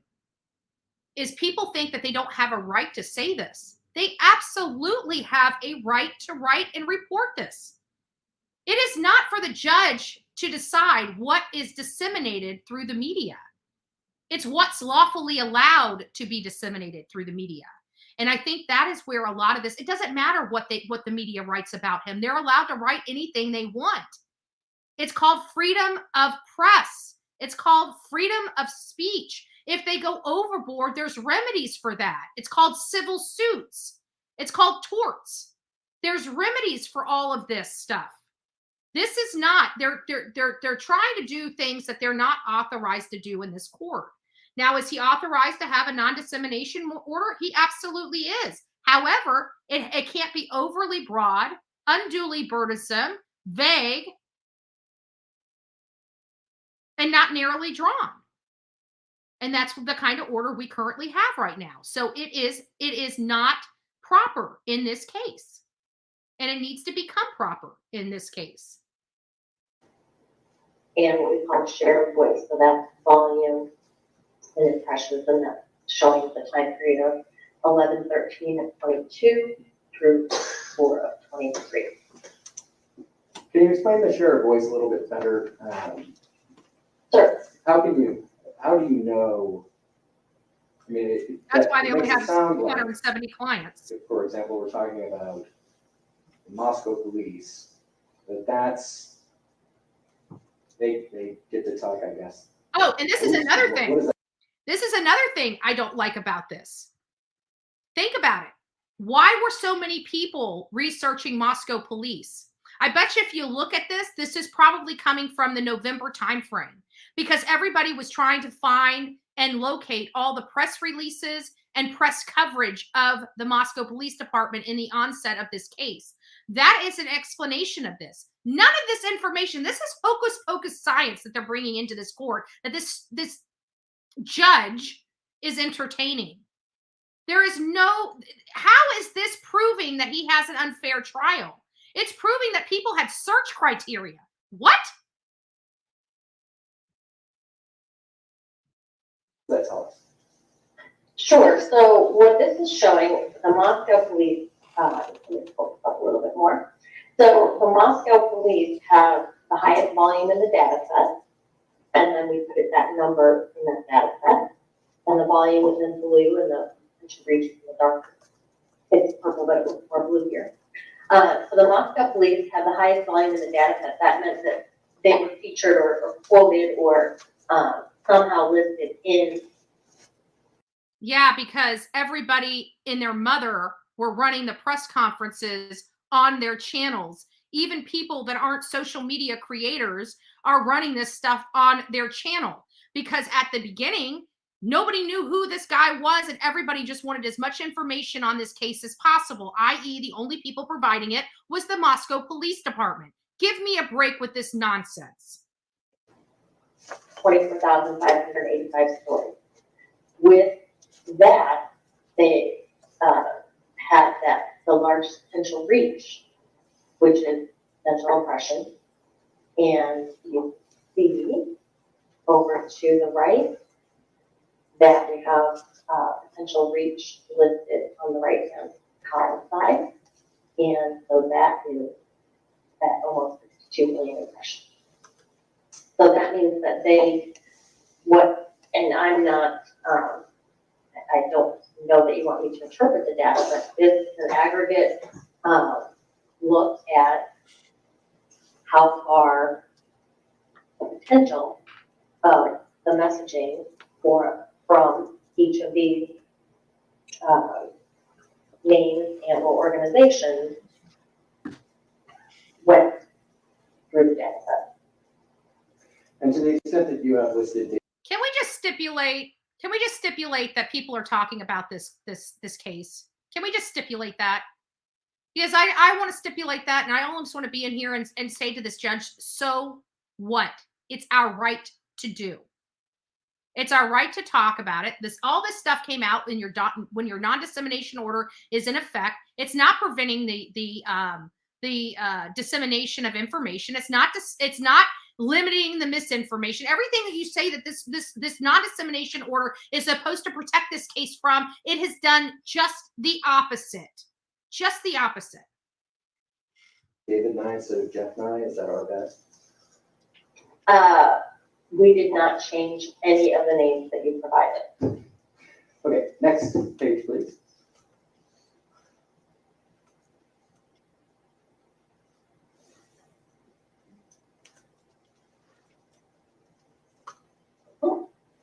So this is essentially the same thing, is that right? Correct. That's correct. And in terms of the concept of what's authority versus non-authority, where did that come from? Authority versus non-authority came from your office. I guess what she said came from. Me, Judge. Oh, you. Okay, thank you. Yes. Next page, Judge. Sorry. Associate.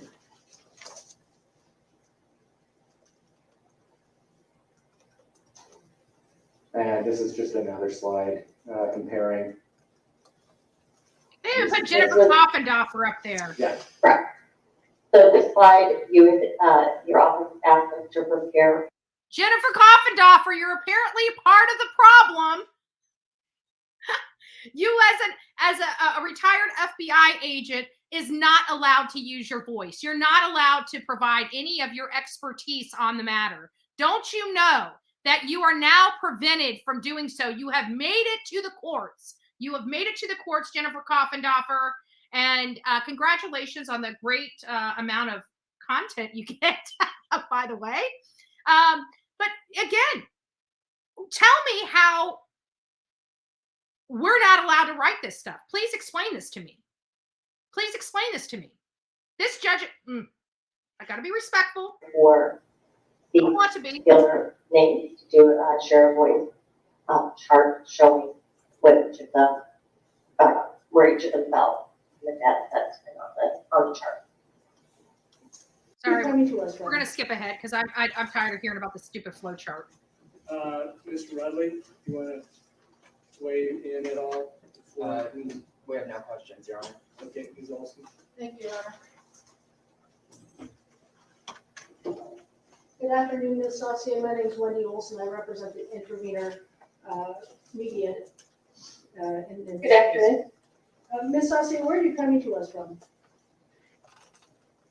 Do you mean my location? Yes. I'm in Chicago, Illinois. You're reported as being in New York, New York. When did the County Public Defender's Office hire you for the report that you've done in this case? The first day of our agreement was February 15th, 2023. So February the 15th of 2023? That's correct. And in all the data that you've shown here in court and are in Exhibit A, I know that that starts at November 13th of 2022 and goes to June 4th of 2023. Why did you start with November the 13th of 2022? Because that is the date that our client asked us to begin searching, and we were able to pull in historical content previous to the agreement or the data. By a show of ones in the chat, I probably should do this by poll, but we're going to do by show of ones because I don't feel like typing it out, is how many people believe that this report should have been from the time the non-dissemination order was put into place to the current time, not prior to the non-dissemination order? By a show of ones, please put in the chat, because I personally would have liked to see this report from the time the non-dissemination order was put into place to the current time, as well as from the beginning to the current time, to see what changed from the non-dissemination order to the non-dissemination order, from not having one to having one. That would have been more clarifying for me. But I always find when it comes to these expert witnesses, the reason why they don't do some things certain ways is because it produces the result that they do not want to produce. That we started searching for media type. And I apologize, associated with the copy of your report that I have, it's Exhibit A, doesn't have any page numbers that are in it. But if you could look at, I mean, let's just pick the one that is,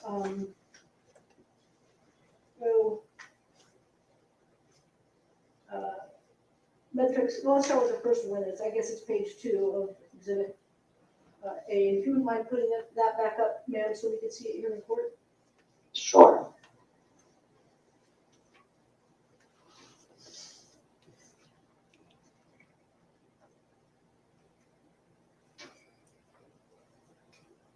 Yeah, I'll be on Stepher's channel at 11, Matt Chatter. They're right there. It said page 2. Yep. No, sorry, the one above that, the first thing is total volume, 46K.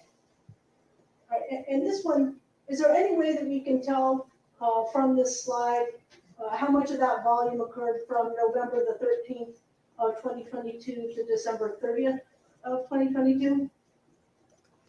Not from this slide, no. And is there any way we can tell from this slide how much of that total volume occurred after January 15th of 2023?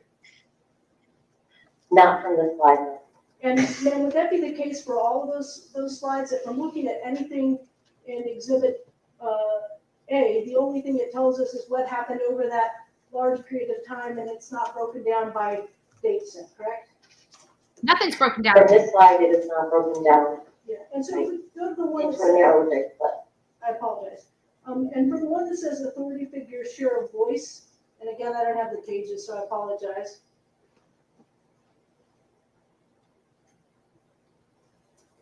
And that one there that says, Moscow police and is just under 25,000. You can't tell us how many of those were before December 30th of 2022. How many were after that? How many were before? I'm telling you, when you're in the legal field, you think of these things very quickly. I did not know she was going to literally dovetail right into what I was stating But it seems like it's a practical question to ask because, again, when I look at these things, I was the senior discovery paralegal in my law firm. This is the kind of stuff I would have received on my desk and would have had to dissect it and come up with questions and rebuttals for the information that was presented through discovery, i.e. this report. So these are, when I was talking about those things and stopped the video, those were things that were initially coming to my head as I was seeing it presented. I had no idea that she was going to, because again, this is my first time watching this with you guys. I had no idea she was going to dovetail to the same question. I promise you, I did not anticipate that. It's a good thing because it does show you that, that's the way our minds think when we're looking at this stuff. January the 13th, and how many were after that? Is that correct? Not from this slide, that's correct. And Ms. Associate, when Mr. Longston asked you the question about David Nye, I assume you don't know who David Nye is, correct? If you mean personally, no, I do not.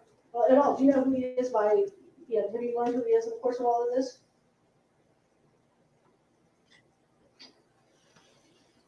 I did not spend a lot of time looking up or researching any of the authority figures or the non-authority figures. You just took the information that Mr. Logston provided to you, is that right? That's correct. And so you have no idea of knowing whether in fact the person is an appropriate person to include in the data set as an authority figure, or if they're not, is that fair to say? Oh no. Oh my gosh, Sean must have watched this. She's like, oh, wait for it, Betty. You're about to get mad in a minute. Oh my gosh, what am I going to be mad about? You probably are right. I'm probably going to go off. Utilize the name that we were given from our client based on their knowledge and expertise. And do you have, as some of the information that you prepared as an addendum anywhere where we can look in order to evaluate your information at that list of names that were provided to you by Mr. Logston? I'm not sure that I would have the authority to provide that to you. Okay, well, that's data that you used in your analysis, right? That's correct. And with respect to this data set, what do you mean by that, the data set? What is that? The data set is the volume of coverage that is in our system based on the dates that we have filtered for. So in this case, for these slides, we filtered 11/13/22 through the date that we created these, each particular chart. In this case, June 4th, 23, to get the most accurate data set, most up-to-date data set. All right, but what's in that data set? Is it a whole bunch of, is it 20 different media sources that you run search terms against, and then somewhere downloaded is all of the stories or whatever you want to call them that come back when you run that set? So in the platform for the workspace that we have set up for our clients, all of the content that we have ingested since we started working with that client, and this is the case for any client, any coverage that has come in through our system that has been tagged, for lack of a better word, to just try to explain it, that has been pulled into our system is in a platform, a workspace, a web-based workspace. So she doesn't know. Have access to pull all of that data or to filter based on a name or organization or any number of many other filtering options. Okay, so I guess again, just not understanding how you get the data set. So is it let's say on November the 13th of 2022, somebody ran a story about a 911 call made to the Moscow Police Department, and it runs in, it's an Associated Press story, so it runs somewhere initially, and then it gets picked up by a bunch of other people. How does that get captured in this data set that you're talking about? So from how doesn't it's know. captured into this data set is through the front end of our system.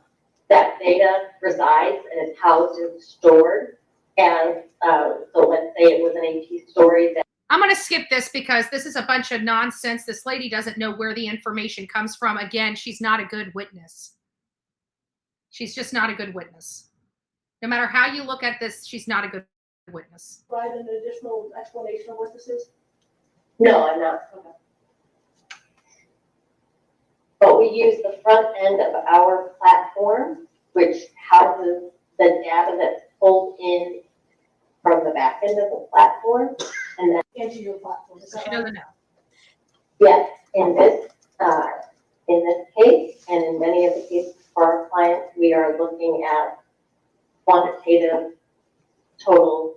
But you can't even tell us where you get the quantitative total. Because you want, it's because you want to see what sort of phrases your clients want to see, what sort of phrases are catching on with the media, right?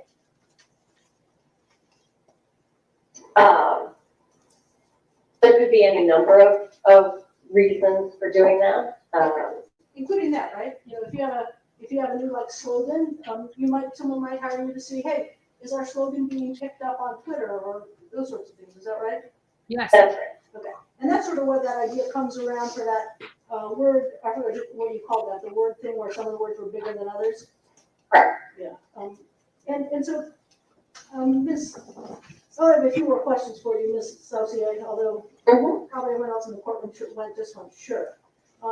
So with respect to these charts we're on now, this authority figures share of voices. The next one is a non-authority figure share of voice, correct? Correct. And you said that that's a term that came from the Kootenai County Public Defender's Office, right? That's correct. And so that's not a term that you ordinarily use in the work that you do through TrueScope? That's correct. Okay. And it says and I read your definition, and it must be the one that was provided to you that's on, it's not on that page, but it's two further. And it says non-authority figures are experts who currently work in or formerly worked in the field of law enforcement, police or FBI, law, such as lawyers or other court-related personnel but who are not working on this case, correct? That's my understanding. Yeah, well, that's the information that was provided to you, right? Correct. And so you didn't like use really any expertise there. You just used the definition they gave you and counted some stories that had these names in them. Is that right?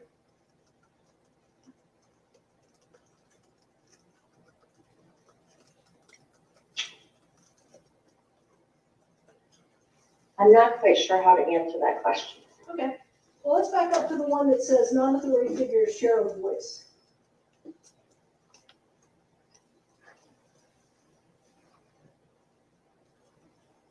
Now, the one above that. Right there, yeah. Right there.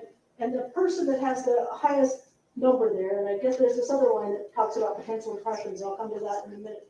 But this line that says Rebecca Bain, AP reporter, I take it that's information that was provided to you by the Kootenai County Public Defender's Office as well. Is that right? That's correct. Yeah. Do you know? I mean, However, do you know? So she just admitted that the state and the defense have been in contact with her. This is not a setup. As we're looking at media content, our platform pulls in the content and also takes us to that original published story. So we are able to see if something is written by a reporter such as. This is kind of funny because she just asked her a question about how they can decide whether this was one article that was disseminated several times and the lady couldn't answer it. Now she's basically backtracking that and answering that original question that she couldn't answer. So I'm curious why this now is a change in her statement. That's the case here for Rebecca Bain. Okay, but so she's an AP reporter, but she's not, as far as you know, someone who currently works in or formerly worked in the field of law enforcement, correct? I do not know anything about her background. Well, would you agree with me that if she's never currently or formerly worked in the field of law enforcement, law, and those things previously, but is not working on this case, she would not fit the definition of non-authority figures that you used in your analysis? Boom. That's correct. And did you do any sort of quality control on this, Ms. Saucier, to determine whether in fact the individuals listed here were persons who currently work in or formerly worked in the field of law enforcement? I did not do background research on the. So you basically put the information in, produced. Nor did I do background research on names that appeared organically in the data set, which many of these on this chart did. And so you didn't check whether or not any of these people actually were currently or formerly working in law enforcement, right? I did not do a deep dive into anyone's background. Including Ms. Boone's. That's correct. And Ms. Saucier, would it be fair to say that, there's a number of journalists here in the courtroom today, and that if they all write a story about this and talk about your presentation and indicate that you had things in your chart that referred to Ms. Boone, and that I asked you questions about Ms. Boone, into your data set are going to pop all of those other stories, or stories that refer to Rebecca Boone. Is that right? Can you repeat that question? Sure, it was kind of long. It's a bad question. So, Ms. Saucier, there are a number of journalists here in the courtroom this afternoon, and if they all write stories about this hearing and mention that there were slides in your presentation that referred to Rebecca Boone, and you were asked questions about Rebecca Boone, those stories they write that refer to Rebecca Boone would then pop up in your data collection that your firm is doing for the Kootenai County Public Defender's Office, correct? Stories may pop up, but based on volume, they wouldn't necessarily have a very large share of voice if we were to be charting or looking at them from that path. I disagree. My question was just whether they would pop up in your data set. They would pop up in the data set if it's about the same, yes. And you're familiar with the Associated Press, I take it, Ms. Saucier? Yes. And you know how they work. A reporter for the Associated Press may write a story in Moscow, Idaho, and once they put it up on the wire, that could get picked up in all sorts of exciting places like Des Moines, Iowa, where I went to college, or let's say Crete, Nebraska, right outside of Lincoln, or any of those places, right? Yes. And they might run, because they run in a different publication, they're going to be counted as a different story. Is that right? In your data set? Correct. Ms. Saucier, I have a question about, I think it's on 2 pages later. It's the second page of your exhibit B. Is that in evidence? All right. We Well, can then, put it in. yeah, well, it's submitted to the court. So I don't mind offering exhibit B. Do you have that with you, Ms. Saucier? I would move to admit B. Okay, no objection? No. No, I thought I was offering it, but that's all right. You are, well, Okay. okay, Anybody who wants to offer it. all right. It's a dual offer. I'll accept that, no objection. We all want exhibit B. And so I apologize, Ms. Saucier, and I know it's late in the day, but your document was upside down. So is there any way you can turn that so? Yep. All right, so if we go down to, on the second page of the text of exhibit B, it says impressions. And do you recall discussing that term when Mr. Lawson was asking you questions? Yes. And so you say here that circulation impressions should be considered as opportunities to see a story, correct? Opportunity. And not the actual number of individuals who read or viewed the story, correct? Yes. Told you. And so there's no guarantee whatsoever on any of the potential impressions that anybody read the story, correct? That's correct. And there's nothing that any of this that tells us that what was in the story, correct? Other than maybe these terms. Can you repeat that question? Sure. Sure, let's repeat them all since you can't hear. What you've provided to the court that tells you what is in a story other than the terms that you were asked to search for, is that right? I'm sorry, I'm still a little unclear on what you're asking. Sure. And the data set that you gathered, well, strike that. In the exhibits that you put together, Exhibit A that you testified about, and then Exhibit B that's on the screen now, there's nothing in that that tells us what the substance of a story is, other than it had certain terms in it, correct? That's correct. Ms. Saucier, have you ever testified in court as an expert before? I personally have not, but others in my company have. And with respect to this particular exhibit and thing, what work did you do on this project? I filtered and collected the data that we utilized in share voice chart, and I also produced, filtered, collected, and produced the first part of the chart that was produced on the platform. So, Yeah. And then what, if any, sort of quality control was there done to determine whether or not you pulled the data accurately? None. Can you repeat the question? Answer that. So I'm trained on the platform. I know how to filter through the data, and I filtered through that data accurately. The data, word salad. The parameters that were in the keywords and search Word salad are set up accurately. So you have no answer to that question. And I hear McDonald's. Mike's around. Mike's lurking. Have you ever used Westlaw, Ms. Saucier? Not personally, but I'm familiar with. I know what it is. So is the process you're describing sort of similar to running a search in Westlaw, and then you get a certain number of hits, and you know that search term actually produced those number of hits because that's just the way the software works? Boom.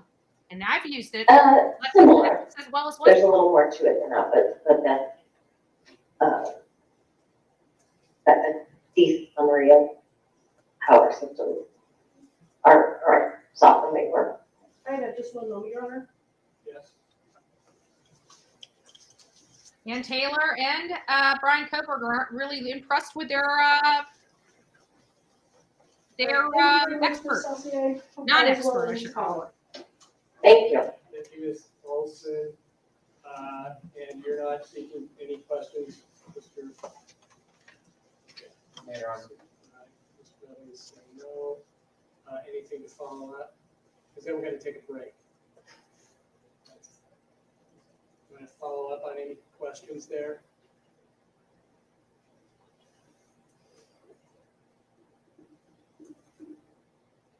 We're good, Jeff. Okay, excellent. Thank you, Ms. Saucier. You can be excused. Hello? Hello? Hello? I'm getting an echo somewhere. Okay, from you, Ms. Saucier, you're excused. You can stay on if you want, but you probably have other things to do. So thank you for being here today. We appreciate your answers. So There you go. That's it. That's all she wrote. That's all she wrote. So there we have it. We were able to make it through the entire thing and still have 8 minutes to get our butts over to Steffer's channel. So I don't know what we're going to discuss. I haven't had an opportunity to really speak with Steffers about what we're going to be discussing today.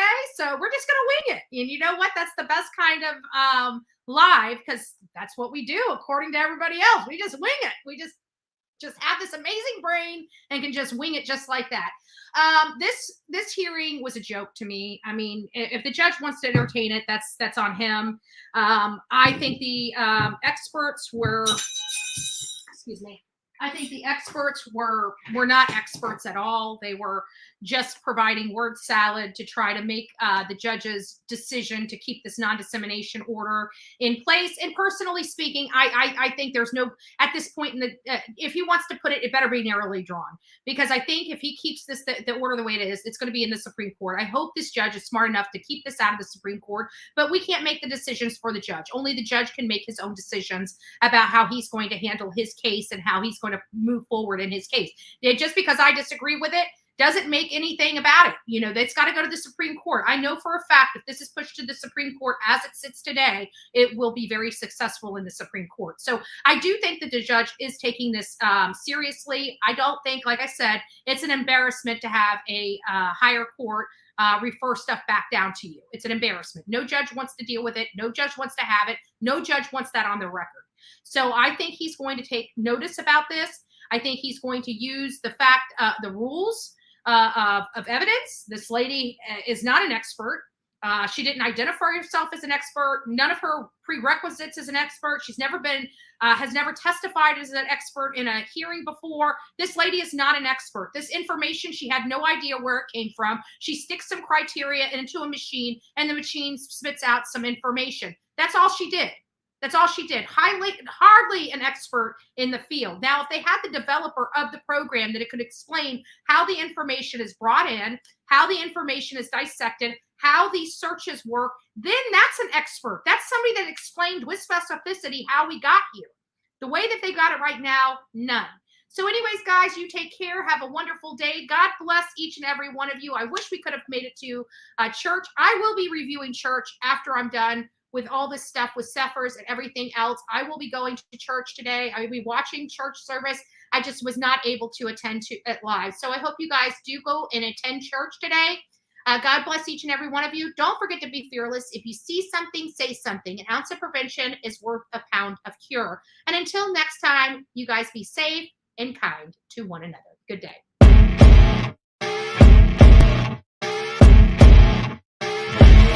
As you wake up in the morning, you want to find the latest, greatest information about criminal cases and have an intuitive conversation about the suspects associated with these cases.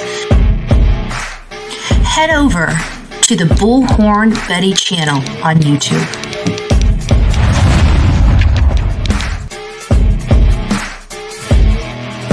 Get breaking news right here on the Bullhorn Betty channel. Welcome to the Bullhorn Betty Coffee Club. Enjoy your stay and enjoy your day.